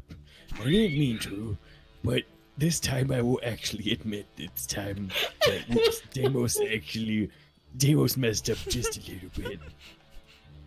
Yes. What do you know? He's good for something. I Yo, look at Michael, Michelle. Michelle, would you like to talk to our spokesperson now? Don't look him dead in the eye because you'll fall madly in love. And I point at Elwin. He's the fire thunder god from the sky. So this whole time he's been holding you by like the wrist, because to maintain the glow. So you guys are all having to stay within physical contact of each other. Don't forget that. Or you've been holding him by the wrist. Mm-hmm. He says, I'm not, he says, yeah, I'd be happy to talk to your friend. So You have a we very should head nice underground firm just in grip there, case Mr. something Deimos. happens. Mr. Deimos, I Yes. just want you to know, I respect you and your people, but you know, Here's a- Yes. I consider myself, you know, like, I don't like to be labeled, and, you know, I don't want you to think things about me that you might think, you know, because if you live your truth, you live your label, but for me, I don't like to be Why labeled. did you give me a label? No. Did you say I had a label? Well, you've been Are holding my you hand very implying tenderly, that and I didn't want to send has you the a wrong label? signal. You know, I consider myself. The signals that you're not- sending me? Why would you imply that what signals are right and what signals are wrong? No, Are no. you judging me right off the bat? No, they're great There's for only you. one thing you can It's just do I'm- to atone for your sins against me as I cry in the corner of this pillow because you hurt my feelings deeply. You live your truth. About I Tempest. just might not be comfortable with your truth, you know, because it's not my truth. So like, you know, I'm like non-binary or asexual. If anything, I'm firefly sexual. I just love the fireflies of your planet. Here's a pamphlet. Work on your glutes. Talk to No Ellen, please, or judgment. someone Oh my else. Deimos is low on stamina right now. I don't know what's going on. Why did you just hand me a pamphlet? And you see him flipping through the pages. A pamphlet of like tentacle porn. No, there's not. I have none of those. Give that So, like, pamphlet back. So here's a picture. this It looks pamphlet like it's drawn instead. in crayon. And here's something that looks like you with cat ears. And it's cat. like But it's like wrapped up with this creature with tentacles. And they're like, oh that's man, you no, guys are making that's tender false. love to each other. Fake news. Fake Is this your news. diary? Shit. Renly, distract him. I This is am beautiful. off in the distance clearing off more sand. He says, I can tell just by even this drawing is like really crude. And let me tell you, man, you need to take some art classes. I can teach you how to really God. manipulate the Art medium. Is You know, like crayon is. fantastic. People think that crayon is just this crude child's medium. Let me tell you, you can do some beautiful things with crayon. But anyway, even though the art is kind of crude, I can tell that there was real intimacy and connection between these two people. This person, this tentacle creature that you're with, Mr. Deimos, he says, that's true love, man. So I'm gonna let go of you in a second if that's okay. I'm looking at this Just picture. see- She's fucking you in see all what your happens. holes. I mean, that's like true love. I get him like an arm crazy lock, and I'm like, I'm just gonna take this back now. And So Deimos, you look back and you see that all your pamphlets have been changed. That Cornelius, when he did his concoction of powder and colored powders, he was actually changing the drawings so that you would always remember to restore your memory of Oh my god! of the tender connection between you and Givarisi. that asshole. When So- I get back up with him. And it's not just tickle him all the so pamphlets that bad. you have with you. It's all the pamphlets you ever handed out. Oh my god! Oh no. Deimos is actually actively right now on the ground seizing up. It's like a step-by-step diagram of everything that happened with colored crayon pictures. Deimos starts sucking his thumb. He's reverting down to like a 3-year-old kid now. My god just can't handle this. I'm going back into toddler form. Oh my god, Dad. He says, so the Archangel says, So yeah, guys, what's our next step? What's our next move? You were about to tell us how we can get to Seluni's grotto. Oh yeah, we'll go to Saloon's Grotto. Yeah, so like, he points across the ocean. He says, "This wasn't really an ocean before. This was a great plain." He says, "This is all kind of screwed up, part of my vernacular. It's kind of fucked up. It's gone to the sit. It's like, it's like, it's like imagine the worst person that you know suddenly became president of the United States, like, and just like turned everything that you love into like the worst thing, and was like disrespecting immigrants and shit. Well, like this is worse than that. So, like this used to be a great plane. It was a really cool place, but now it's like underwater. But it was past that. So I imagine," he says, "that we could probably get there. We just gotta cross all this water stuff." Well, somehow I know exactly what you're talking about, the precedent thing. And we just came from a world that lives underwater. I think we've learned how to traverse it pretty well. And the problem that I'm allergic to water. It kind of makes my hair kind of like dry out and go all crystalline. I can't have that. Can we like not travel underwater?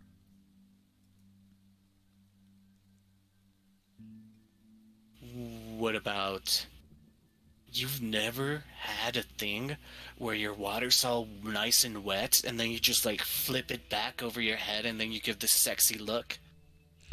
He says, "No, my hair is like untouched. It's untarnished. But I don't never wash this. I don't shampoo. I mean, like, for angels, it's like our hair is so natural, and like I believe in natural. Like, yeah, I mean, like soap and water. It's like stuff from like the man. It's stuff meant to come down and break down our very, like our soul sparks, and I don't like to do that. So I like to live my best self. Am I truth? There's no water."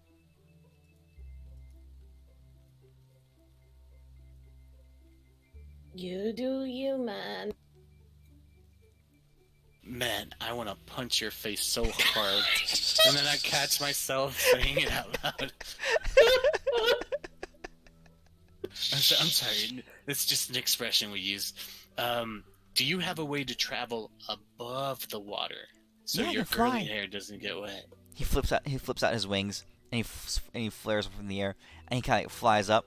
And in doing so, he breaks contact with Deimos, and suddenly, like the wind just shreds his wings, and you see holes and feathers fly everywhere, and his hair is starts being ripped and frazzled in the air, and he starts screaming, "Ah! Ah! Ah!" And he drops back down to the ground, and he falls back down on top of Deimos, and the glow re-surrounds him.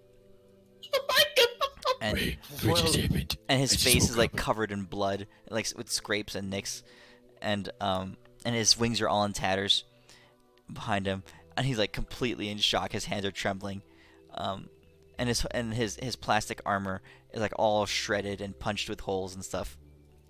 Hey, Michelle, guess what? Now we don't have to worry about getting your hair wet. Let's go. He's like trembling. What's the Bernie Sanders fuck just happened to me? I have no idea. But I don't know if I like you, and there's like 3 No, people hold on. I don't Deimos. like. Deimos, What? wait. Okay. Michelle, Mm-mm. there's only one way to get your wings and your hair back. We must go to Saloon. She is the only one that can restore your beautiful hair and your wings. You must take us. That sounds about right. He says, "Well, she would be able to." He says, "I don't feel her presence, but I kind of feel her presence. It's like," he says, "it's kind of like when, when you like ghost someone on when they've been sending messages to you and you've been sexting back and forth, and like you ghost them because they like offended you, or they said that Trump was kind of cool about this one issue, and like, yeah, so like they're like dead to you, but they're still out there, and sometimes they still text. That's kind of how Saloon feels right now. Right. Michelle. Oh my god, you horrifying. You truly, I believe, are more powerful than you let on. Let's go. You should see me dance. I would prefer not to. For our dances are significantly better than yours. I'll Michelle, leave it at that. Shh. if you take us to Saloon's grotto, I will have a dance-off with you. Our crew versus his crew. Bits, please. I'm gonna dance you into the ground. Michelle, I'm sorry, but all I see is a fake loser standing in front of us. We're the true dance queens, and you're just a peasant. Oh, if you're gonna make that claim, you gotta show him, Deimos. When we're in safety where you won't get shredded. But for now, I guess you could hold on to me to stay safe. He says, "Yeah, I kind of figured that out for myself. I kind of have to be like constantly touching you, and like, I mean, you're pretty buff. I'm not gonna lie, you're pretty swole, but your hand, you're like your body has like this kind of like sticky, smelly kind of like musk to it. Yeah. So I'll touch you all the time, but I'm not gonna be happy about it. It's called sex appeal. Ew." Yeah, that's gross. You Earth people are so gross. Things always come down to like sex and violence for you, don't they? You don't love like the dances, especially the dances of the fireflies. Well, unfortunately for you, you haven't transcended dance because dance truly is sex, dance, and war all at the same time. But one day maybe you'll learn, and we'll show you the power of the Backstreet Boys. Because baby, we're gonna come back. Reunion! Hey, I'm Midas, the bad boy. I'm sending you a message. Alright, so he can guide you to the grotto. He says, "You need to get me close. You get me close to the grotto. It's sort of in that general direction, across where the plains used to be, and I'll get you there. I can feel her presence." And sort of not her presence. Let's go. Okay. Are we like a choo-choo train, or are we like all touching Deimos? Do we have to all You ride can be a Choo-choo train. train. You can be a train, yeah, that's fine. You're the I only one call- touching Deimos. I call behind Deimos. You always are behind Deimos. That's nothing new. True. Okay. That is so true. You are still in his tidy whities. I mean, that has not changed. Okay. The DC's like 42, I think. Okay. So Deimos, as you guys kind of continue walking, and you start heading towards the shore, and it's kind of like a good quarter of a mile away. And you're walking towards the shore, and Michelle is still, he's got his hand on your forearm the whole time. Just to stay safe. And like I said, his wings have been shredded and they're bloody, and his hair is all in tatters now, and his face is like scratched, and there's dried blood marks and stuff all over him, and his armor, his plastic armor, and his plastic sword are all kind of like torn apart, just shredded in the few seconds that he was not in contact with you. And as you're moving, you can tell he's got like kind of like not a death grip, but he's got a firm grip on your arm. You guys walk down towards the shore, and with him kind of in the lead, and your Deimos behind him, and everyone else kind of daisy chained behind you. And he kind of begins slowing down, and he says, "Guys, are you smelling that?" I'm gonna go with no, because I have no idea what you're talking about. I think he's talking about you. He says, no. The raw sex appeal that's coming off of Deimos, I've been smelling that the whole time. But this is different. Sniff, sniff. Yeah, I sniffed the air. He says, it feels different. It feels like there's something that's smelly and weird and dark. So, you got, he looks around and he says, this used to be a dark, sacred wooded area. There was this, all the trees are gone now, but there was some ancient magic in this place from the old gods. He says, it kind of like it covered this whole area between us and the sea. It used to border the plains. This sacred ancient grotto. He says, but it's gone now, and I can smell like the wood. And you guys can get it like hints of this woody, damp, musky smell in the air. He says, the grotto kind of smelled like this.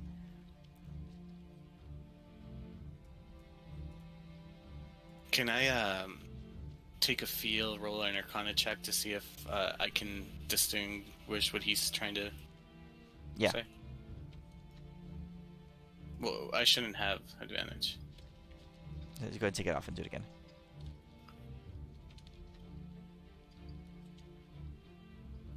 I can't take it off. Here, I'll do it. It was the I took same it off. exact You're good. roll. You're good. You got it? Okay, go ahead. There we go. So if this was a wooded grotto, an ancient forest, at one point, the dust all around you has been disintegrated. The trees all around you have been disintegrated into dust, and you can smell remnants of that in the air. And the scent that's coming up is more of a moving kind of thing. And you look around and you can see swirling in the ground around you.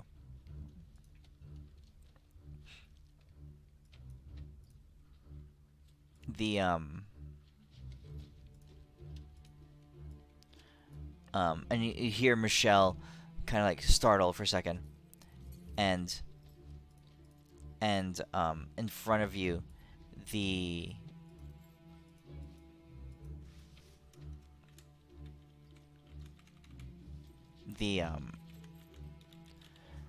sand has sort of risen up in front of you, and it's slightly darker color, a woody, greenish, musty color, as it kind of rises up and takes a shape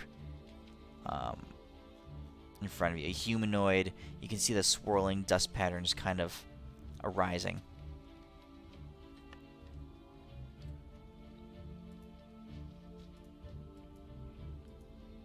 Huh. And you hear this echoey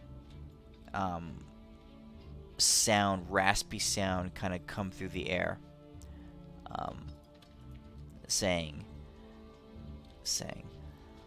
pain, death, all stripped away,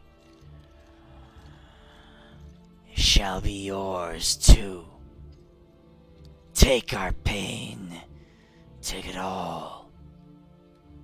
And you see several of these things kind of rising up around you. They're one with the dust, but they're the remnants of whatever used to be in this area, the ancient magics and the souls that used to live in this zone. Kind of swirling around and coming together. Is one of them within reach, within touching range? Of you? I'd say it's about 20 feet away. You'd have to take a few steps to get to it.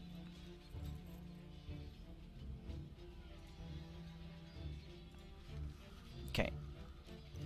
So a few seconds go by, and you realize that there are...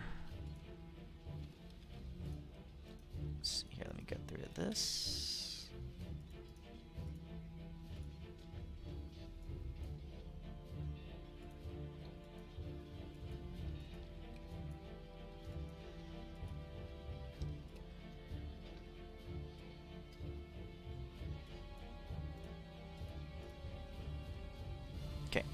So here's you guys in your daisy chain.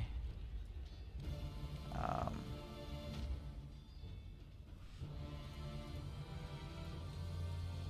move you up there. Actually, you'd be headed towards the ocean, so we'll rearrange you.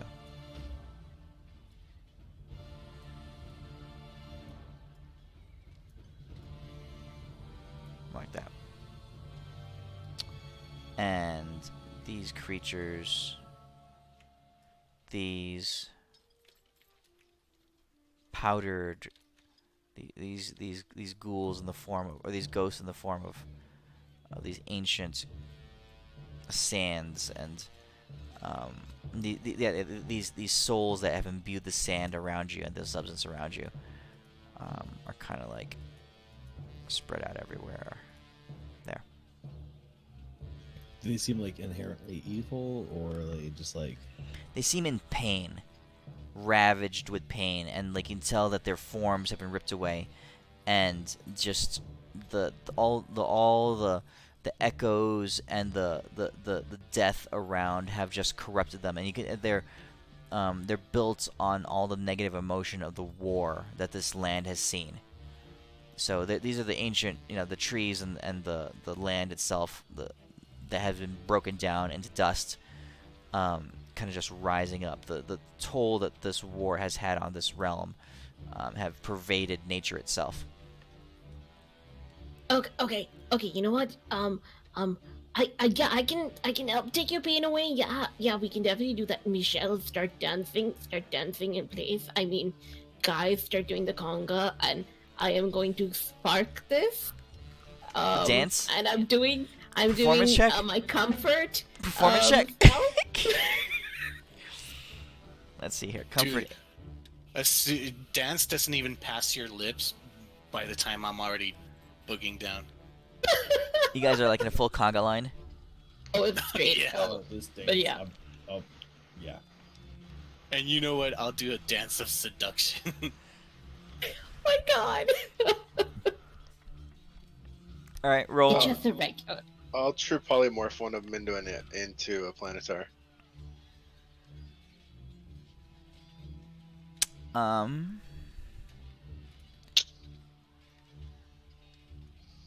You can see it's the thing begins to take effect, but then instantly the magic is broken apart and absorbed into the millions of molecules of powder and dust that make its form up. It's kind of just like dispersed all through its form, and has no effect. Cool. Damn it.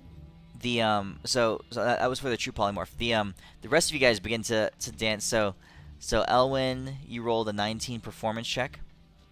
Damos rolled a 15 performance check. I'm amazing. I'm stumbling about so badly. You're guided. And that D4. Sure, add the D4. Okay. It helps. Michelle there in front of you begins to dance along with you and encourage your movements, and he's like, follow my lead, guys, follow my lead. And so you all get a +3 to your dance checks. Adis,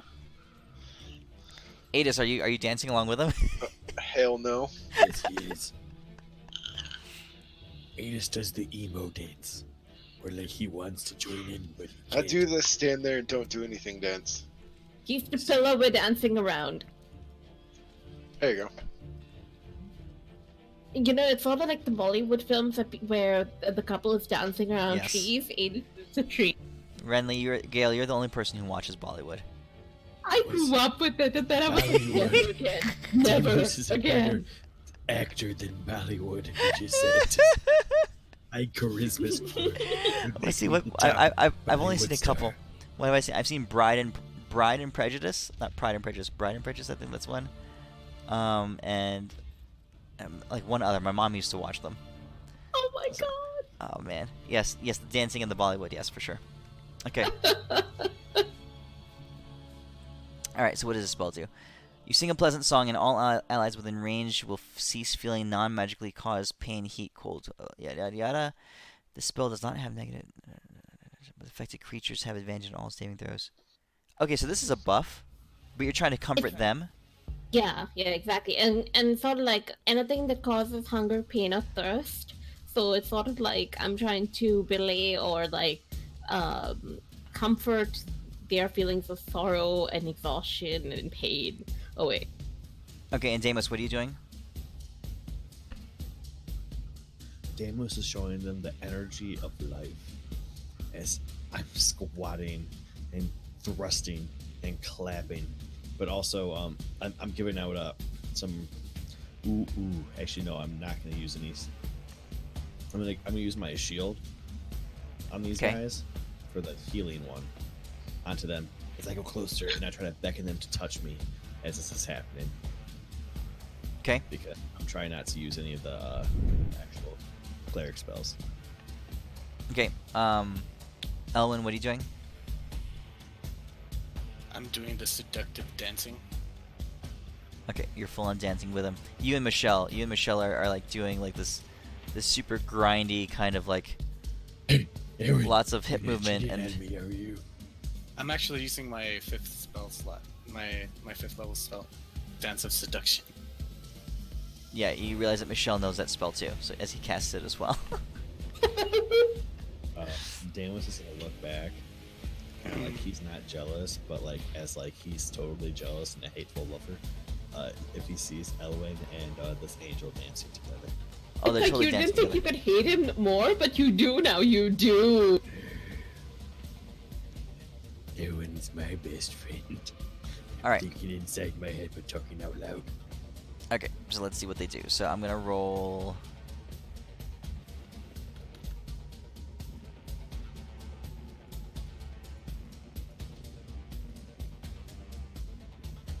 Okay, 18, 1, 2, 3.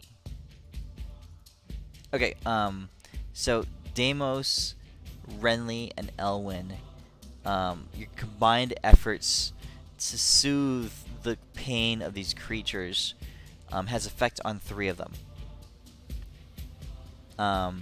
You can see them in their raging, kind of like angry, anguish-filled forms, just as their screeches fill the air, and all the emotions and pains that this world is feeling from being torn apart from its very bones, kind of like radiates through their echoes and their sounds, as even the trees, the life trees that used to fill this grotto, have been ripped apart.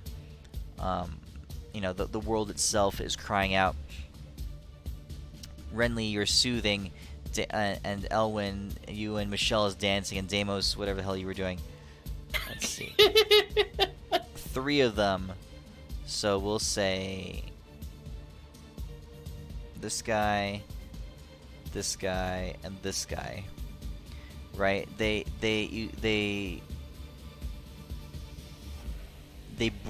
fall down to the ground. You know, what's sort of their arms. They're made of dust, right? Kind of spreading out along the ground, and like their bodies kind of spreading out a little bit larger than their natural form should be, as they're beginning to lose the consistency and the ability to hold themselves together.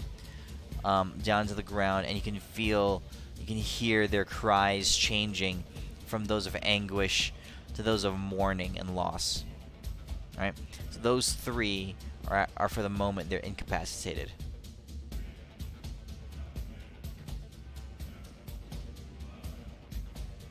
Well, since I'm trying to heal, I'm gonna chugga to the tramp, the first one, and see as I'm touching him or it or her, while it's incapacitated, if the healing power of the shield will like kind of give it a form and make it not a angry dick. So wait, you're trying to heal one? Oh yeah. So I activated the shield to show that like that I was gonna we're trying to save their world. Okay. Because we're super cool. Okay. So wait. So everyone roll initiative. So Deimos, you rolled a 17 on yours already. Everyone else roll initiative.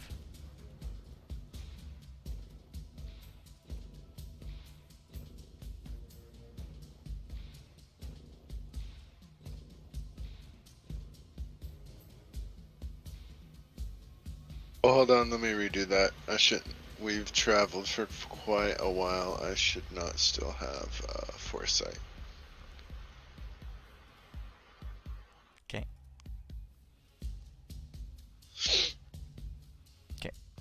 Even higher. All right, Adis. This is happening Uh, before you. Everyone's doing their dancing. You see the three of those, kind of like the ones I turned upside down.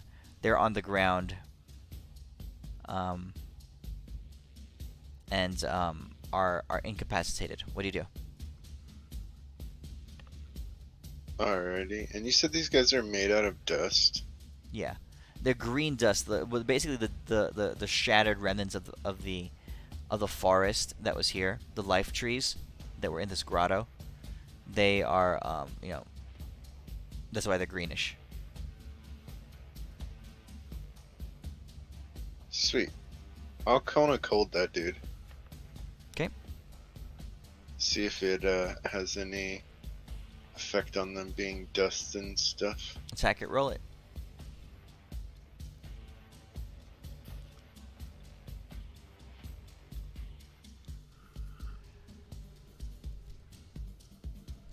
Okay. Apparently not. Apparently they're resistant to cold. And I will also for shits and giggles, how big is this? 20 foot on each side? Okay, I will put a force cage around this dude. Okay. So it's a 5th and a 7th level. Is it solid walls or is that cage? Cage bars. It's solid walls. Okay. It's a solid wall of force on all sides. Like a box. Okay. Yeah. And that'll be my turn. The one that you cone of colded is going to Did it have any effect on the ground? the ice. Yeah, I mean, like Yeah. the ground is all crystallized. It's this burst of cold that kind of sprayed out. Okay. Just wanted to make sure there's nothing in the environment that sucked up our magic like he did when I tried to polymorph him. No, that's a reaction. I figured it was a feature of his or something, but I Yeah. wanted to be sure. Yeah. Alright, that's it for me. Um, Oh, I'll say they're resistant to cold. Damages. the one second here.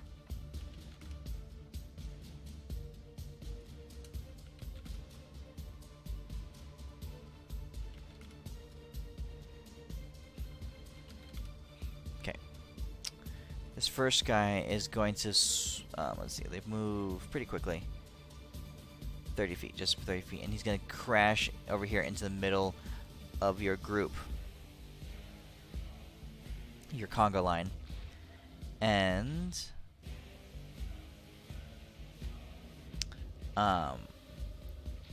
his form breaks apart and swirls around in a miniature whirlwind. This is their breath attack.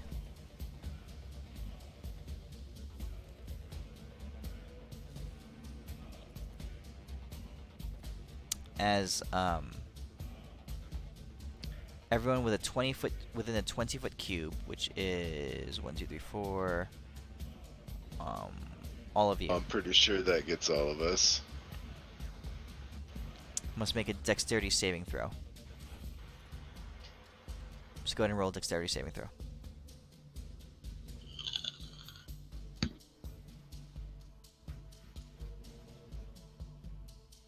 Is the DC higher than 20? Yes. I can't succeed. Okay.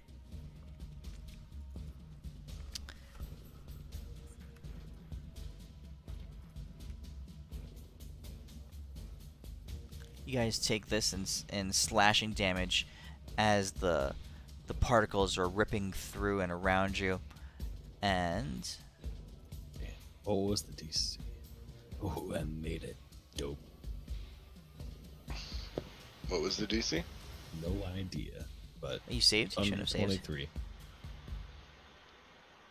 You might. You're just immune to. You're just resistant to slashing. It's probably over 23 then. Yeah, it's over Never mind. 23. The so you take slashing damage, and you guys are all kind of hurt by that. But then you can feel the particles kind of just um, ripping away at your essence, and you all lose 6 strength. Oof. Write down. So that is. So take notes of where your stats should be. But you lose 6 strength in this action. Damn. Okay. Tempest keeps his hand out, holding on to you, Adis, as he comes up behind this thing, and he's going to dump into it.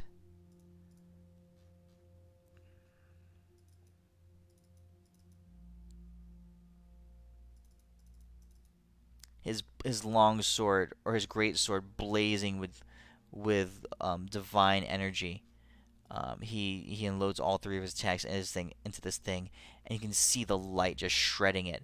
And it's almost like the divinity of his power splits it to the core. You can see this thing cry out in a wail of relief and anguish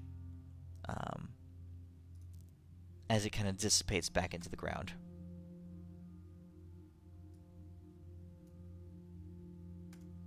Let's see here. This guy's stunned. Renly, you're up. What do you do? Alrighty, I am going to turn into Baloo. It's been so long since I turned into Baloo. Has Doing been. that.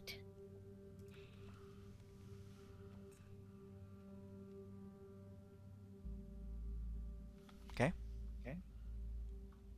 And let's do that. So I'll be standing there, and my bonus action only works if I take double the damage. I made a As slight Baloo, mistake. so that's The force cage would be just as big as him. Okay. Since it's a prison box, it can only be 10 foot by 10 foot by 10 foot. Okay. alright. And that's my turn. But basically, I'm like trying to just be over here and be like, grr, arc. Yes, that's me. Alright, let me put Baloo in there. Yay. You are 22 initiative.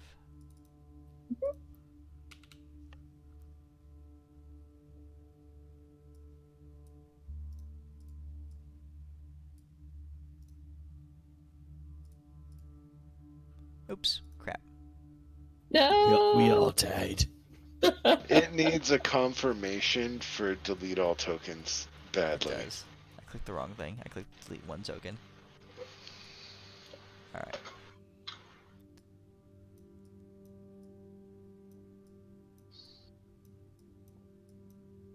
Roughly like this.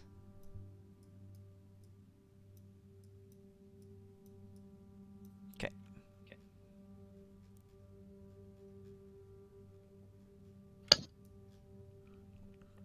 Oh, and your turn. All right. I am going to still. Wait, no, I'm touching Deimos. Hey, Elwin, why do you have disadvantage on strength athletics? This is my strong arm. Oh, okay. He got stabbed by a girl a long time ago. like it does, It's just She literally stabbed him in the arm, and then she You kicks stuck him. it in the wrong hole and she grabbed a dagger and stabbed you in the arm. we murdered her father or her grandfather while he was on the toilet. Oh, you Yeah, totally we could've- Tywined him? You Tywined his ass? We did. Yes. We could've They definitely- teleported into his toilet, splattered his brains all over the wall, and then teleported away while she was screaming. That was Wait. Why was she in the toilet with her dad? No, she was like outside. She came charging in, and they teleported Oh. away. back in the day. That was a long time ago. Shit, I remember Mhm. that. Back before you were high. Well, that was actually like level 13, 14 or something like that. Something like that, yeah. Okay, so this one's gonna be quickened and twinned. I should have twinned the first one, but I forgot. 1, 2, 3. Okay.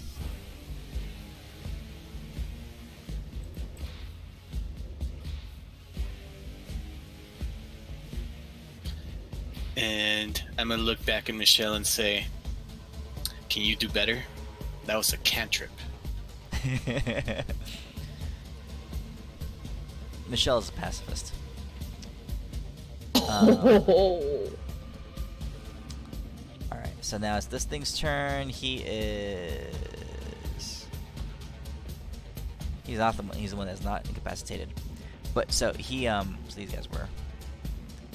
But as his turn starts, you see his body kind of like swirl around and blazing, and you see your force cage just get evaporated into his form, Adis, as it Cool. dissipates into him. These guys have built-in disintegrate. It's a magic nullification ability. I don't know that. At least they understand. As far as I'm aware, the only thing that can destroy a force cage is disintegrate. So that's what I say.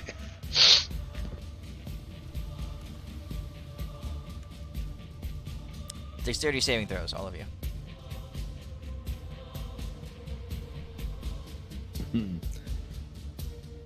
I don't know if we can make it. I just fail because I can't get higher than a 22. It's too high. It's too high.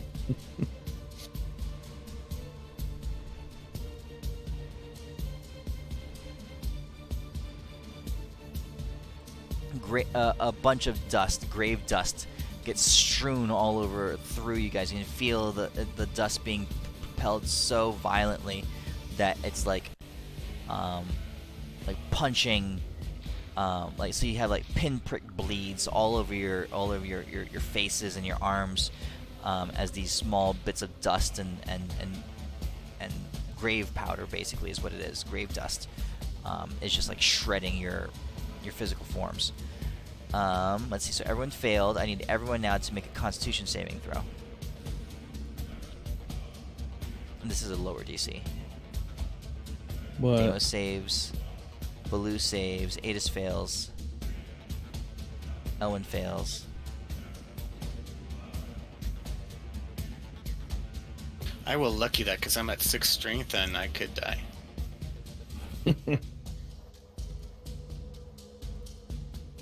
Spark it too. Oh, you know what? Hold on. Because I rolled a check, not a save. Would a 25 have made it? That succeeds. So Adis and Renly are the ones who. Wait, so it's just Adis.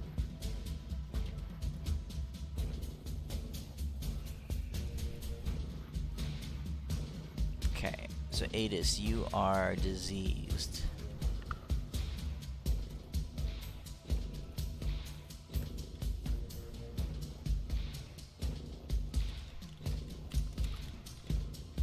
Okay. It's its turn. The other one is incapacitated. Deimos, you're up. Alright, well, still holding on to these guys. I'm kind of like reach out a bit. I'm assuming they're like Blue's So got the a incapacitation decent lasts reach. one turn, by the way, so these guys are no longer incapacitated. The ones So who I'm have assuming that I'm still like in touch with the Great Blue. Or what's Blue's range or touch or all that shit? I don't know what.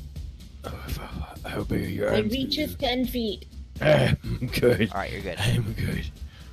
I'm going up to this Ghost Powder 4, and I'm trying to pile drive it with my shield.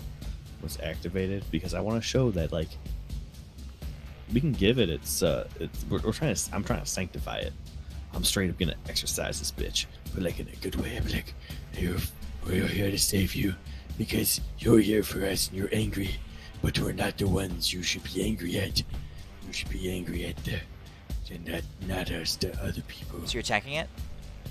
with the holy part of the shield, yes. In a very polite way, as I'm trying to drive in kindness. Like, I'm punching it with a kindness shield. Alright, you're punching it with the shield. Alright, so roll on Yeah, attack. so, well, I'm using the heal spell thing from it, the shield. Oh, okay.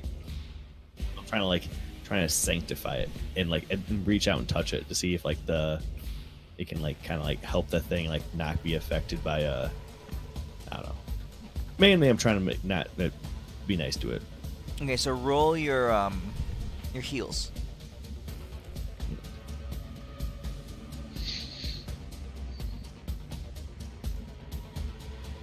So that's how much healing? 700? All right. So it's gonna have 700 subtracted from its max HP.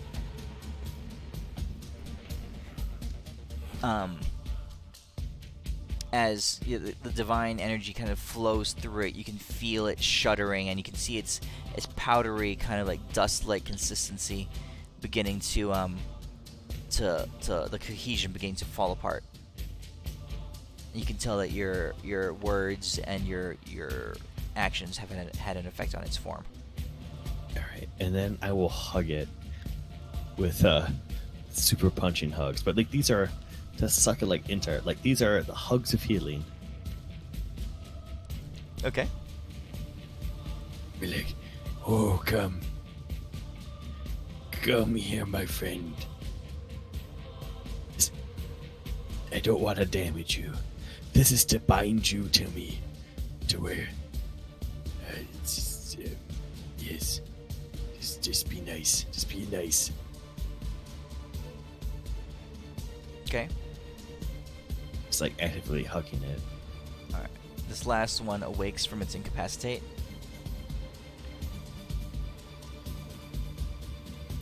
Adis, you see Deimos hugging this thing, and you can hear it kind of delivering this vocalization from within its powdery, dust-like swirling greenish form. It says, "So much pain. The tearing it rips at me." It says, You feel the pain too." Adis, what do you do? Oh, so it's my turn? Yeah. I'm going to cast haste on myself, and then I'm going to true polymorph into Big Wamba Jamma. Who? Baruch. Okay. You can do that, right? Yeah, because of my legacy item, I can cast up to 12 levels worth of spells. And All 2 right. spells. And since I have a hasted attack, Deimos is holding the dude, right? Yes. Trying So to I be can't- nice to him. So I can't really plaster his face. So what's number 1? Where's number 1? Number 1, I'm gonna just blow his ass away. Okay. So ranged attack. And goodbye. Hopefully. Oh damn. He's resistant to piercing. Yeah, it's gotta be the piercing that he's resistant to. They're Okay. resistant to piercing damage. That's my turn. And at the end of my turn, are any of them within 10 feet of me? Sure, number 5. Alright, I'll do my Searing Burst on number 5. Okay. I'll choose for him to be the only one it hits. Assuming I can find it in the list here. How is it? I'll have to do it this way. He gets a dex save. He failed.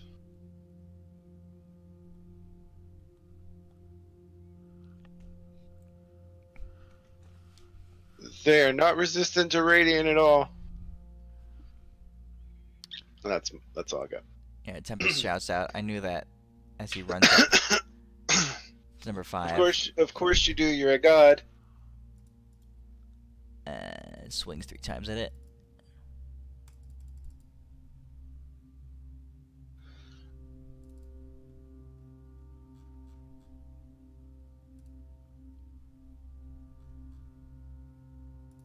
And and eliminate and just eradicates number 5 from the surface, from the face of the plane.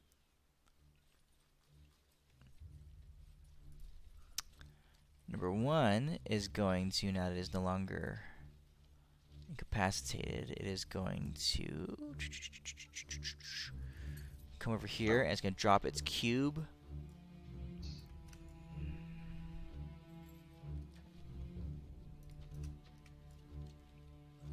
Damage right here. So Deimos, Elwyn, and Baloo roll dexterity saving throws as a whirlwind kind of swirls up in that area.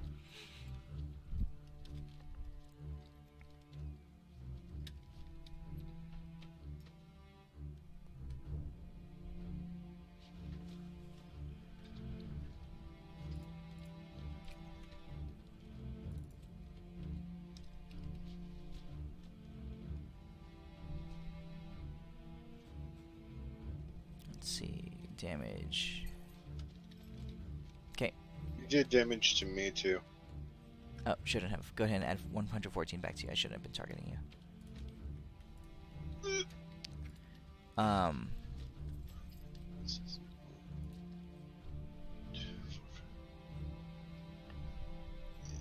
And now go ahead and make.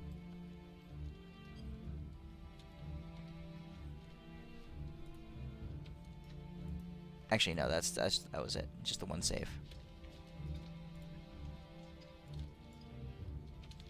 You lose 6. You all lose 6 more points of strength. All of us? Oh my god. I'm down to 0. No! Aaron, you're in my pants. You're fine. I'll carry What happens you when a in stat back. goes down to 0?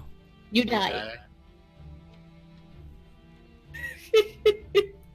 Technically. But Oh, and you kind of slump down. You're attached to Deimos, or you're actually hanging. Deimos kind of went off. You're touching onto Renly, on Baloo's form, and you just kind of fall down against her haunch, like the furry side. You're still touching her. My net took the shit out of me. Oh god.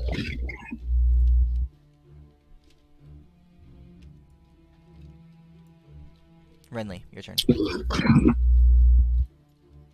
Alright. I am going to... Well, what's going on? Adis's mic is going crazy.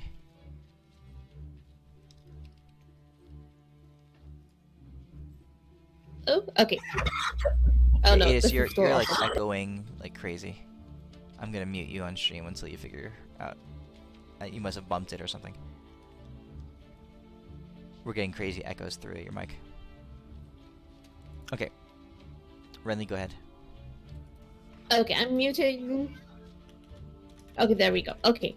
So at this particular moment, I am going to roar and do my feral taunt. So until the start of my next turn, any attacks against allies within 10 feet of me are directed against me instead.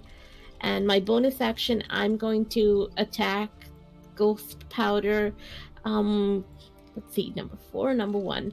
I'm trying to get a gauge on Deimos. Does he want me to attack the one he's like wrestling with? No, I was gonna save this one. Okay, I'm gonna attack number 1 instead. And this is my bonus action attack, and I'm minusing 6 from this because that's how much strength I've lost. Oh, great. Okay. And the damage is the double how much damage I took, so it's 766. To number 1. Yeah, to number 1. And I'm hoping to basically draw aggro while maybe Deimos saves. It Also, is very, very close to being dead. Oh my one thing god. I want to argue is the so if I had Death Ward on Elwyn, and the thing that took him down, would he Strength. maybe go to 1 strength and still technically be up? You have to find out once he comes around to him. But he's definitely on the ground. Damn it. All right. And that is my turn. Number 4, which is the one that you guys have been, or Deimos, the one that you've been trying to save.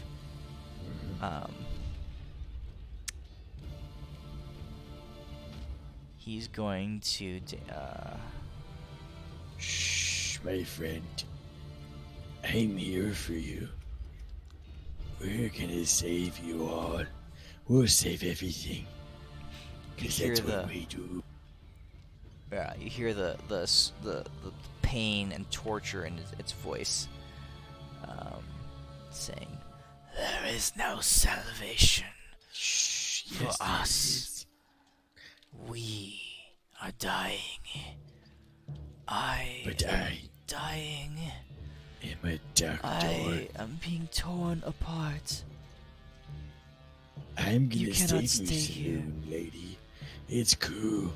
Trust me on this one, Mrs. Saloon. I've got you.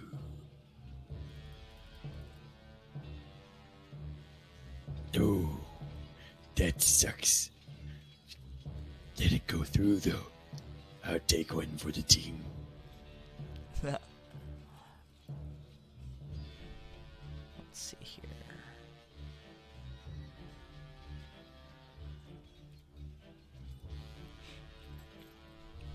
Oh, do those hit me instead with my aggro roar? Oh, you used it? Yeah, that was my main action because I didn't do anything else but feral taunt. They do hit you. Oh shit! Because I only have an AC of 18. Everything hits me.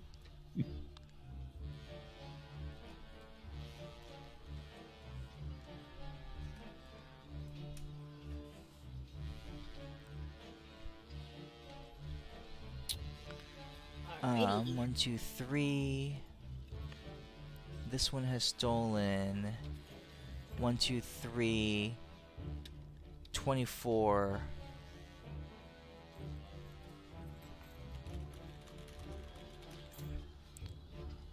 Adis is typing. He got disconnected from Fantasy Grounds and he must have had computer problems or something. 24. So it's an extra 24 times 3 damage. If you guys want, I can play Adis. So an extra 72 damage. I'm not sure how to put that on Baloo because I can't type it in. Oh, I'll type it. Thank you.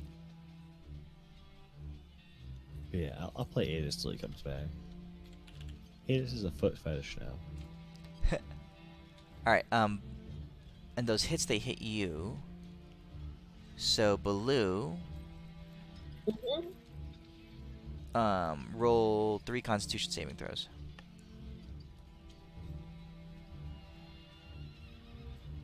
You're fine.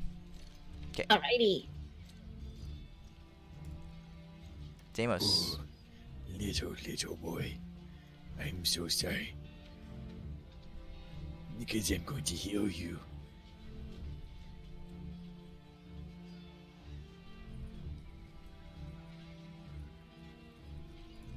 And I'm going to pull a little bit closer so I can reach Ellen.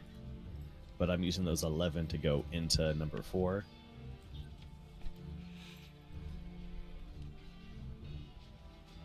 And then I'm going to, it's, what's it called?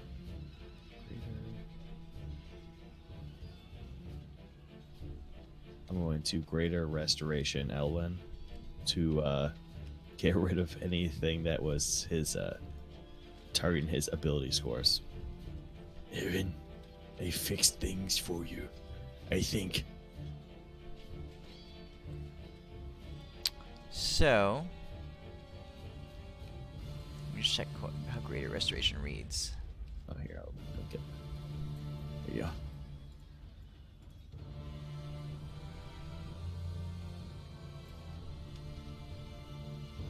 Roll a wisdom check, Deimos. Wisdom. I'm super wisdomy. Okay. Elwyn, you get 2 points of strength back. Nice. Erin, don't ever do that again. But also, I have all that healing as I'm still hugging Mr. 4. Go into him. Okay, Elwyn, you're down to 1 hit point, and you're not unconscious anymore. You have 2 strength. Alright. So, Adamus, you're hugging him? Anything else? Yes.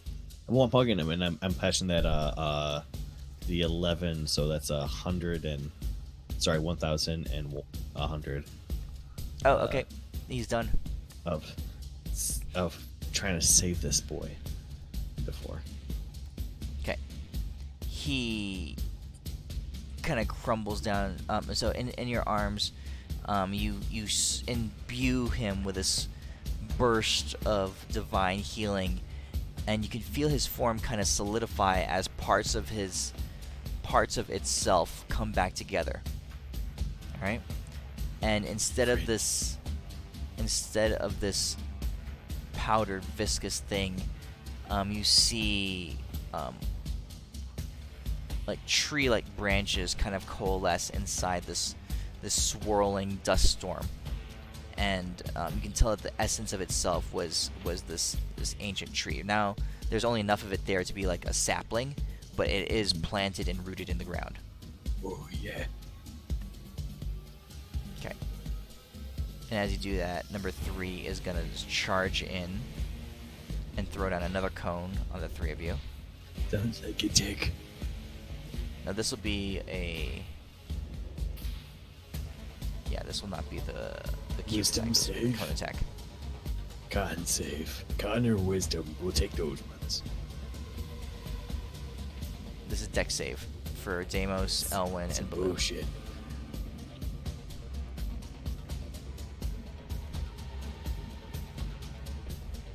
I will lucky. Okay.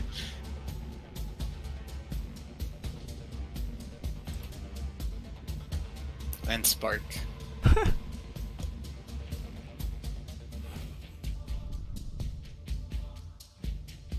damn it. Oh my god. Oh. So that's 3 failures. I will use my reaction to shield Elwyn and me.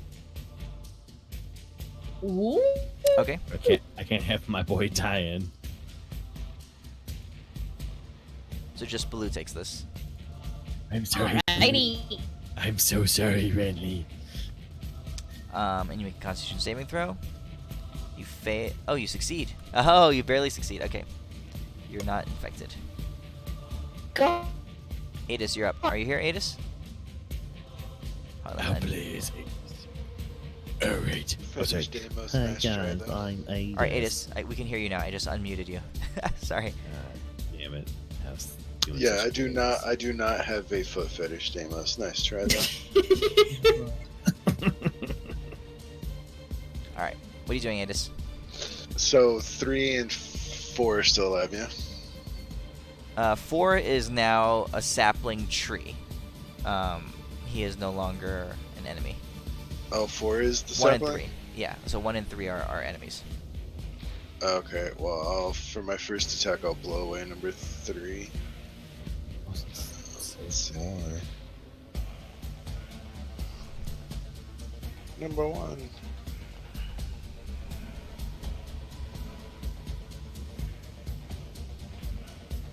Okay. And so, how long does your bubble last, Amos? Till my turn comes around. And nothing can go through it, right?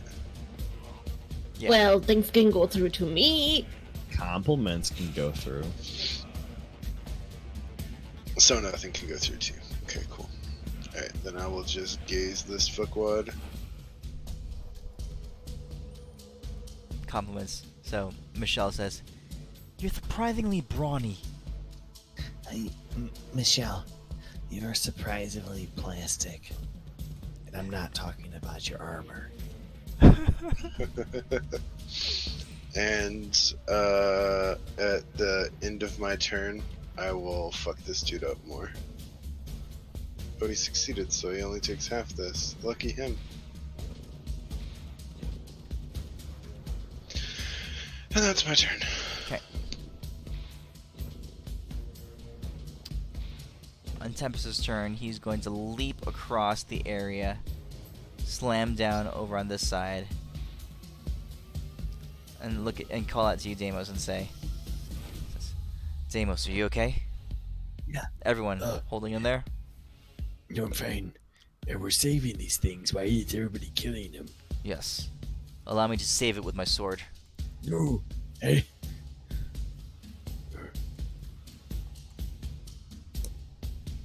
Oh my god! Overkill by about 1600 health. If we had damage like that back when we were level like 17, every boss fight would have been a lot easier.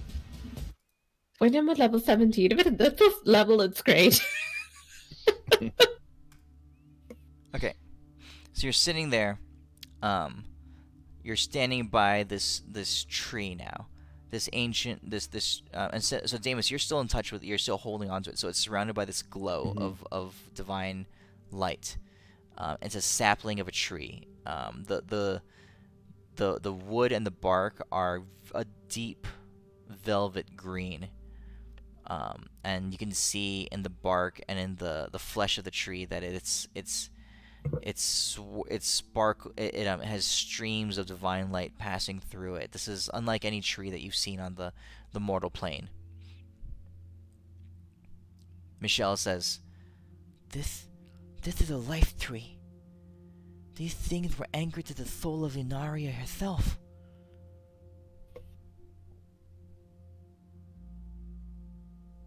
So we shouldn't have killed the rest. Oh yeah, that would have been a bad idea. He says, What? "Oh, what?" I was gonna say, while they're chit-chatting, I'm gonna heal Ellen a little before I turn back. Okay. And if the strength drain is a cursed disease poison, it would be cured. It is not. Okay. And then I'm gonna turn Baloo into a planetar. Hit me, bro! Hit me. What the hell? You can't shape change a shape changer. If they're willing, you can. Does she actually have this shape-changing feature? Oh. I shape Yeah, change? she's a druid. Yeah. Druids aren't shape-changers. They don't get the shape-changer feature, so they're not immune to polymorph. That's why one of the ways to kill druids is to true polymorph them, and then power word kill them. But they can polymorph out of the true polymorph, right, on their turn. No, they can't, because they become that creature and lose all their druid abilities. Polymorph versus wild shape, I guess. That's the issue. Only if you true polymorph, not polymorph. Only if you true polymorph. Sounds like something some bitch would do. Yeah, they actually did consider. I think in 4th editions, druids did get shape changer at level 19, but they took that away because it made them broken as shit more than they already are. But I just need you to cast Healing Hands on me 4 times, please. Okay, as a planetar, I will do that, and then I turn into a tree, and after I've done the planetar healing thingy, and then I'm going to Greater Restoration Elwyn too, because the sun, Yeah. Also, I keep pumping the rest of the ceiling. and I into that. sparked that as well. Midas, a planetar's healing touch removes disease. So would it remove the whatever it is I got? Yes. So it'd be an extra +9. Okay. So how many times are you greater restorationing Elwyn? So basically, the way this strength drain works, every time you greater restore, so whoever's lost strength, I think it's all of you, or whoever's lost strength, then you need to roll a primary spellcasting modifier check, and you regain strength for every 10 points on your roll. Okay, so it's a 16 into 3, and that's for Elwyn. So that is 48? Because somebody had blessed me, or like guidance me, so we have a 50. Beavis? I'm a mage. We don't get guidance. Deimos I'm says, saying no, I do Deimos. not guidance you. What? She wants you to Can you guidance her. guide it? Well, I mean, I Yeah. suppose I could true polymorph into a priest and guidance her. Okay, 54. So that's 5. 5 back to Elwyn. So Owen, you get 5 strength back from Renly. Hell yeah, Renly. Now, if I use a little bit of the I'm shield up power to on 7. us, because it helps us be like immune to like any negative magical effects. No. Will that help a few greater restorations? All right, pump a few. No, you guys greater actually have to restorations. burn the greater restorations. I'm gonna burn 3 of them. And I'm not turning back into Renly yet, because if I turn back into Renly, I have 1 strength. So I am staying buff. So Deimos, that's 2. And Oof. Actually, Renly, I could true polymorph you into a Renly with 10 strength. I'll say between the 18 and 9, That's- you get 2 more. So 4 total, Deimos. 4 total. Ugh.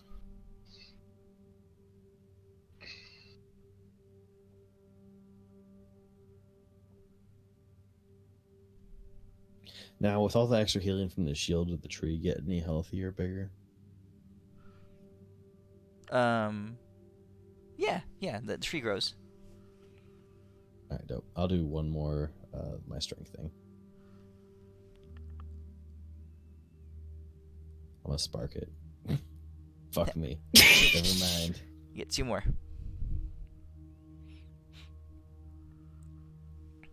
Okay. So you guys are keeping track of your current wisdom or your current strength, right? I'm Yeah. at 1, so I'm staying in this form until we get more. But in the meantime, I'm just gonna heal everybody. Send out healing Elwyn, waves. Elwyn can help. No, he can. He could give you back some of your strength. Elwyn can cast Greater Restoration. Oh, I could actually do it myself too. I should probably. Okay, let's see Elwyn, this. Elwyn has the 5. power. CFK? Probably. No, I'm here, but no, Oh. I don't have that spell. Yeah, you do. You can cast any spell because you have Wish. But I'm you're gonna not waste wasting a wish on this. wish on that. No. It's not wasting a wish when you don't have to roll the percentage thing when you use it to cast a spell. No, but you only have 1 of them, right? A day? Exactly. I can do. Let me do 1, 2, 3, 4. I can do 4 more greater restorations at least. So let's do that. Okay. Yeah, but There we he can wish cast it and twin it. Can you do that? Wait, can you twin a wish? Elwyn? No, legit, serious. Can you twin a wish? I'm Elwyn, of course I can. Yeah, so twin a wish, and then twin the spells the wish casts, and you can cast 4 greater restorations with a 1/9 level spell slot.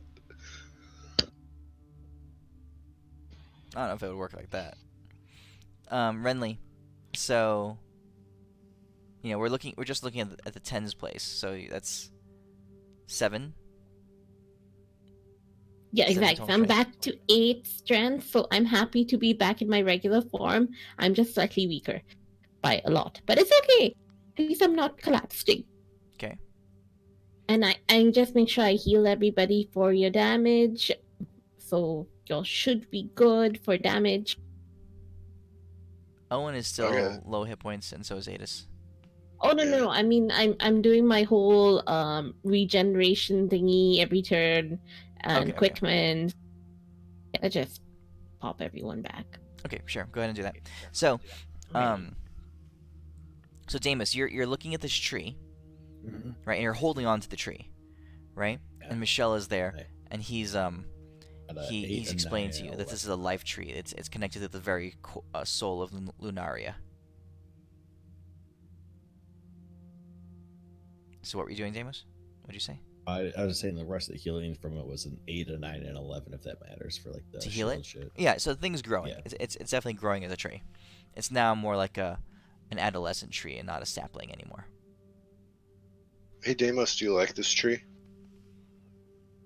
I don't know. It's a tree. But you made it though. Okay, so I don't think you know how trees are made. I'm not gonna You admit you that I pumped your knew. you pumped your divine essence into that dude and birthed the tree. It's your Yeah. child, man. No, well, did you know what that thing was? That's like saying, hey, I opened up an egg and there was a yolk inside. You created the yolk. I mean, I can teach you how stuff works later on, I guess, if you want scientifically. No, Oh you my birthed god. you helped birth a tree, man. A I divine mean, tree. you know what? I pat Ace with the head. That is exactly what you think. I will let you think that's how it works. Do you wanna do you Because wanna I'm do you wanna Deimos. do you wanna protect this tree? Oh my goodness. You know what, Adis? Sure. Let's protect the tree. Alright, you got a diamond worth 500 gold? Oh, I have like 20,000 of those. Sweet. Because I carry so many I will diamonds around with me. I will spend a minute and I will erect a mighty fortress around this tree. Before you do that, I will banish blight on it and cast blossom like ritually. So just to like make it feel better and maybe help it bloom. So for 7 days, the 100 invisible servants will protect this tree with their lives. Grow, my pretty, grow. Okay. So you build a fortress of stone around it. It probably won't last 7 days, but for fun. You can tell that the stone has begun to erode, just like a stone everywhere else in this plane is eroded. So you definitely put a fortress around it, and you bought it some time, but it's not going to last 7 days. So keep Renly, you're helping asking. it grow, so it's becoming this larger tree for sure. Yay! I give it a pamphlet. And Tempest as I cross out the tentacle stuff. I say, There's no "You shall tempest grow." left in the pamphlets. I um, make new pamphlets, assholes. You find yourself unable to draw anything except tentacle pictures.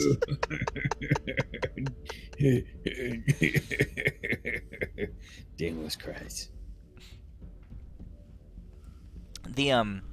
So as you guys are surrounding this tree now, and you're inside this fortress that Adis has kind of set up, you're not sure how long the fortress will last, but right for the moment you're inside this thing, and the howling and the raging of the wind around you have kind of ceased. There's also a banquet enough to feed 100 people, food, drink, and everything. Okay. Awesome. And I'm totally casting awaken on the tree. And I also partially lean against this, the walls of this building, if it helps at all. Make it slightly more immune to the shit. Wait, what are How you casting? big is the tree? You're touching the wall. Yeah. Right now it's about the size of like a full-grown oak tree, so I don't know, 20 feet tall. Okay. Yeah, I'm touching Never those mind. walls. All right, so you're holding onto the walls. So, as you're touching, so you guys are there, and the tree is there with you, and Michelle is there, explaining about the tree and how these things, like I said, are part of Lunaria herself, and they're you guys are feeling the emotions coming off this tree. The tree is very grateful for, especially Renly, since you've awakened it. The tree is very grateful for your care, but as you were fighting, you heard the voice of the soul of Lunaria itself in pain and in anguish. And what you're sensing off of it is a great fear, a fear, not of someone scared of what's going to happen, but a fear of what might happen, but a fear of someone who knows something terrible is going to happen. It's a certainty. There's an impending doom that is the overwhelming emotion coming off of this tree.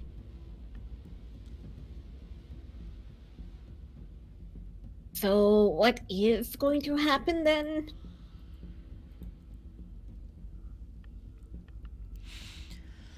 The tree says, Um, so the tree's talking back to you, Renly. It says, "For years, I've been broken, torn, and the rending continues still, ripped away at my very heart, and all around me, myself collapses, and those which I cared for, slain, dust, and the rider touches down in fleeting footsteps. Hoof falls, marching like a rhythmic drum, beating to my inevitable demise."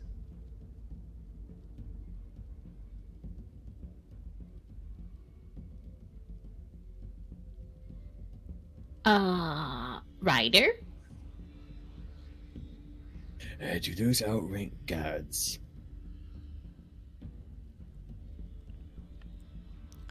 The tree is trembling. Good.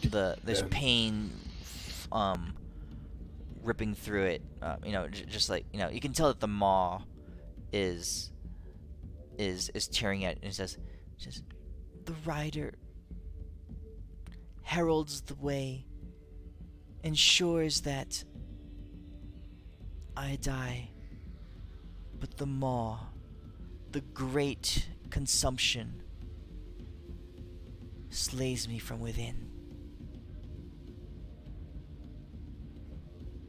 Any way to stop that maw, by the way? I mean, if it's in the heart of No. you, I mean, can we...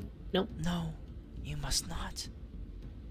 Says, You have raised one of my angels. Says, His god has fallen. Remnants of her soul still call out through the skies, but she is long fallen. I feel her dead form upon my surface." He says, "Save him, then flee, for my time is short."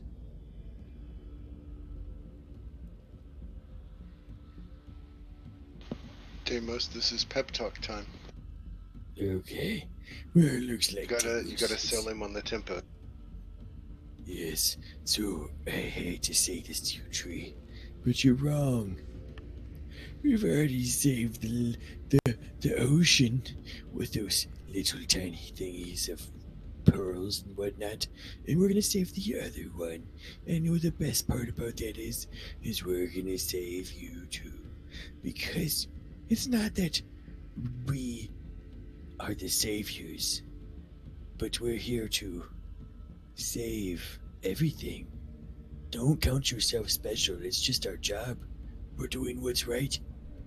And just, we really don't want that rider to come because he sounds super powerful, and like that's just not good. Also, we need to save your land. Thank you. I am dying. There is no stopping the maw. Flee. Take those you care for and flee. Bring my children to a safe place. Please, I beg of you. How's the maw get started? Hey, Deimos. What? I just need to know. Are you not having some deja vu right now? About what? Someone telling us we can't do something? Yeah, it happens like literally once every other day. I don't know, Tree, but this dude right here can literally tear space and time with his bare hands, so I wouldn't count him out. It's ridiculous. I felt But seriously, how does the I maw felt start? you moving across My surface. I saw all. I felt all. I tell you, the maw cannot be stopped.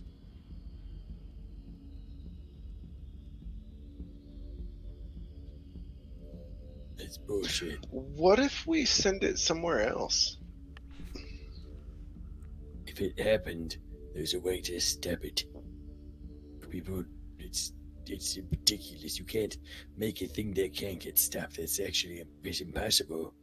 According to scientific purposes, there's always a way around it.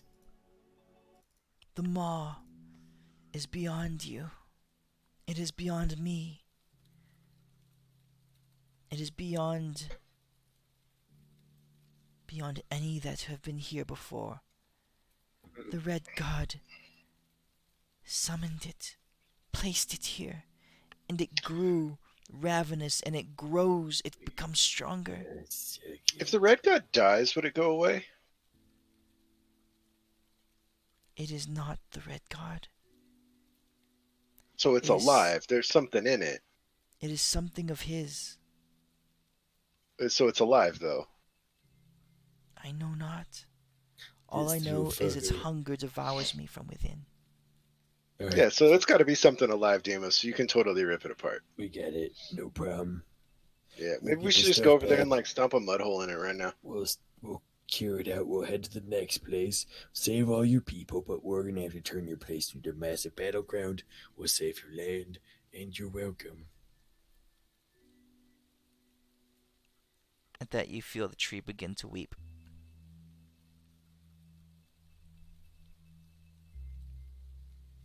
This is the opposite of a pep talk, guys. My bad. We will do our best, Mrs. Tree. But yes, Could you tell us where a certain body is or corpse, and where the rider is as well, so we could take a look, see, and yeah, before we move on. I mean, I'm just saying. So I'm probably gonna have to head up. 'Kay. Unfortunately. Yeah, we can call it here. The tree says, the rider comes and goes. At times it is, at times it is not. Saloon, and all that was hers. Her angels brought her dying form to the furthest reaches of me, trying in vain to save her, to shelter her from the onslaught. And there she died. You can feel a picture of her current sad state come to mind. Just reach the farthest extents of myself that remain, and there you will find where they sheltered Saloon, and where she spent her dying breath.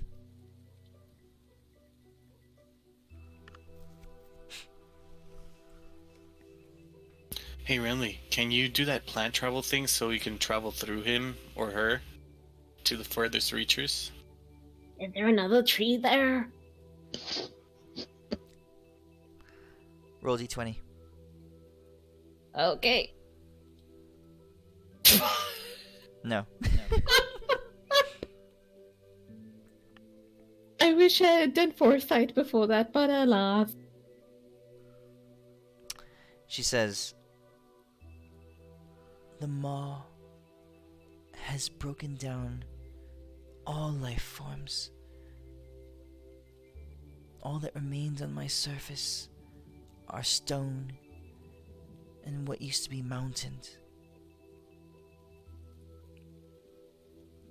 Life has truly been cleansed from my surface. And you can feel the shame kind of just emanating and like pouring off of the tree. She says, do not tarry. Please. My time is limited. Take my children. Take those beneath my waves. Bring them to safety. I cannot shelter them long. Do you have an exit? She says, the only way... She says, to traverse further up the mountain, you must activate the vigils. Both. Yeah, funny that we can't find it, but the one above. I mean, I'm just saying. I'm really sorry. We're not that great at this sometimes. Okay, all the. Saloon had it, so it went with Saloon. The vigil went with Saloon to the furthest extent. Oh, okay. So you guys have a portal below, and that's like above the maw. You guys can get Elwyn can teleport down to Elysium, the realm below.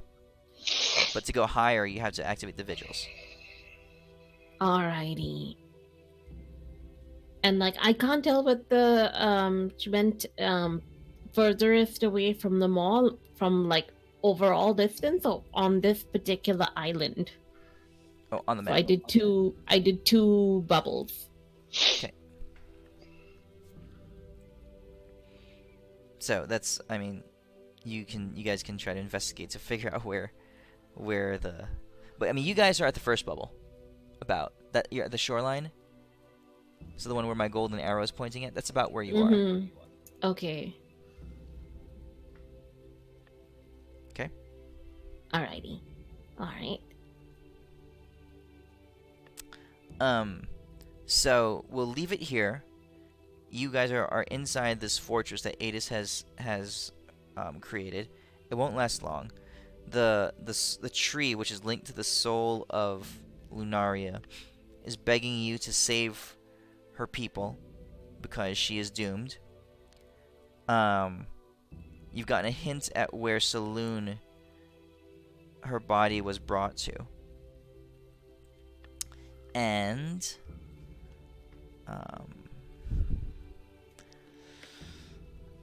in closing, you feel the tree begin to shake and shudder. The tree itself begins to vibrate, and you can feel and hear a thrumming and a rhythmic pounding begin to emanate, just like rattle through the ground. Like a rider? The tree says, the steed goes forth, searching, watching, willing to call its master, if any remain upon my world. Hide, stay safe, make no sound, lest your doom be certain.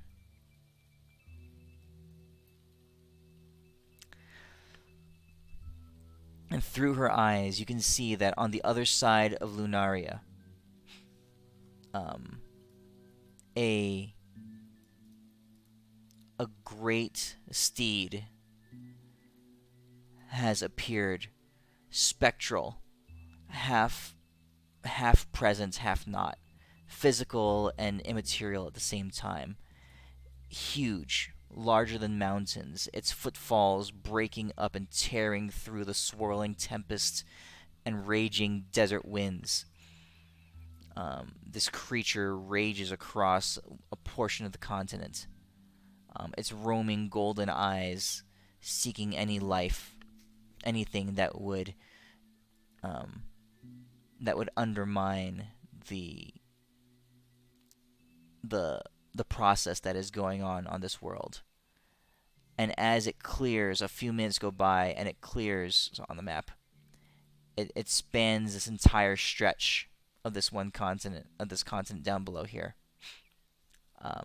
in several minutes. So great are its strides, and then it vanishes into immateriality, and its footfalls no longer no longer beat across the world.